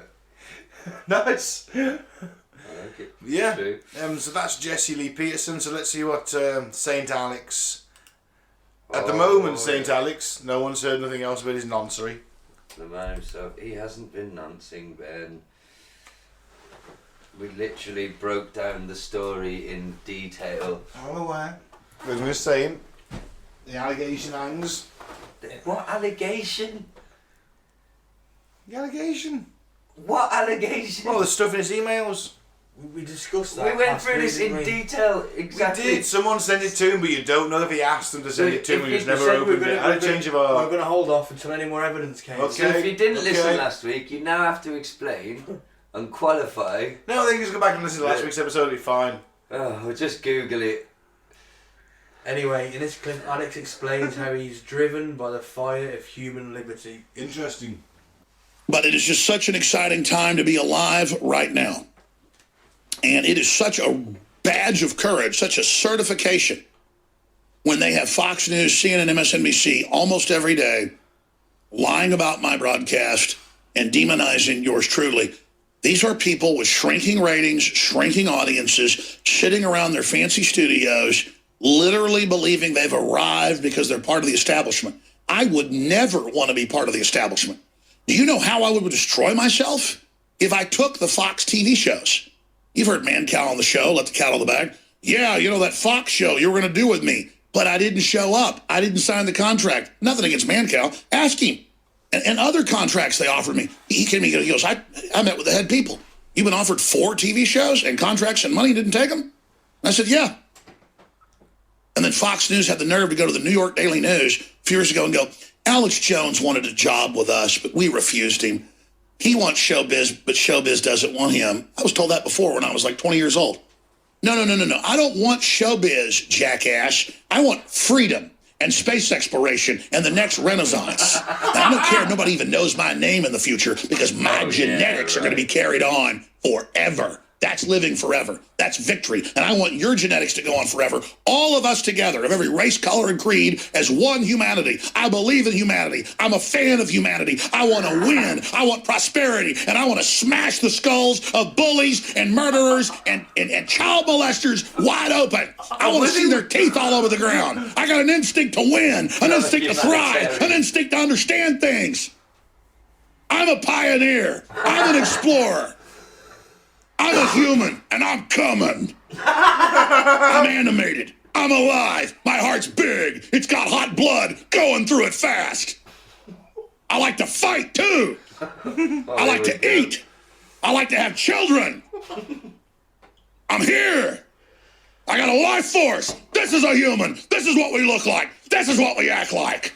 This is what everybody was like before us. This is what I am. I'm a throwback. I'm here. I've got the fire of human liberty. I'm setting fires everywhere, and humans are turning on everywhere. And we're going to get our metaphysical hands around your stinking necks. Make no mistake, parasites. There's an attack on the species by a guild of psychopaths, and they must be defeated. I'm going to settle down, excuse me. I'm going to come back for extra 7 sticker calls, excuse me. Well, you know what? Until he went to that little rant at the end and he's going on about space exploration, the betterment of the species, I'm like, fuck me, I'm with Alex. He can't win this week because I agree with him. Yeah, I think we are owned by a guild of psychopaths. Yeah, and now, the thing, yeah, I agree with him for most of that, but 90% of it, apart from the racist bits, we do need that space. Was beautiful, that was, wasn't it? It was. It was. You know, it was that. You'll never see a more complete performance than that. He was on fire. It was pretty peak, Alex. On YouTube, you'll never see a more complete performance than that unless you're, I don't know, watching Expendables 2 on YouTube. That was incredible. Alex has got it for me. He's got it on the performance. But the problem I have is I was halfway through that, I was like, kind of agree with him here. I'm doing a lot of things, yeah. The most liberal man in the room, agreeing with Alex Jones on a lot of things. So you go for Alex, Gaz. Yeah, he smashed it for me this week. The other two are just bug standard, just internet Republican racist, aren't they? Your typical. And homophobes. Yeah, homophobes. And we'll find them in a motel room with a 10-year-old rent boy at some point. It's going to happen. For me, Alex smashed it this week. Yeah, Alex has smashed it. I do believe in what he's saying, but you know, on some of it was crazy, and the performance was crazy. So the performance was bang on. Halfway through, I was like, I can't. This is great, and I can't vote for it to win because I'm agreeing with half of this stuff. And then I was like, oh, you know what? He's got into crazy mode. Yeah, no, we're fine. Yeah, I can vote for this. So yeah, I'll go for Alex. It's 3-0. Yeah, man, he did it. Mind you, we had a former winner and a perennial runner-up in that lineup. Should have been tougher competition for him, but no, he was on form. He was on form this week. Right then. So that's been Cutting to the Bull in the Post-Truth Apocalypse, the Moon Landings Part 2. Thanks for listening. I've been Ben, and I'm going to say, don't drink the Flavour Aid, and don't join a cult. I've been Gaz, and I will say subscribe to Sewage Pipe Gaming on YouTube and free Biff Tannen if you can. I doubt you understand what that means. Thanks for listening. Goodbye. And can we also say please follow us on Facebook at Cutting to the Bull in the Post-Truth Apocalypse. YouTube is, what's the YouTube one? Apocalypse Ball. Apocalypse Ball. Twitter is the same, Apocalypse Ball. Share it, tell a friend. Share it, subscribe it, like our memes, we'll do you some memes. Tell a friend, but don't tell me more. Exactly. I've been Mike, thanks for listening. Peace out.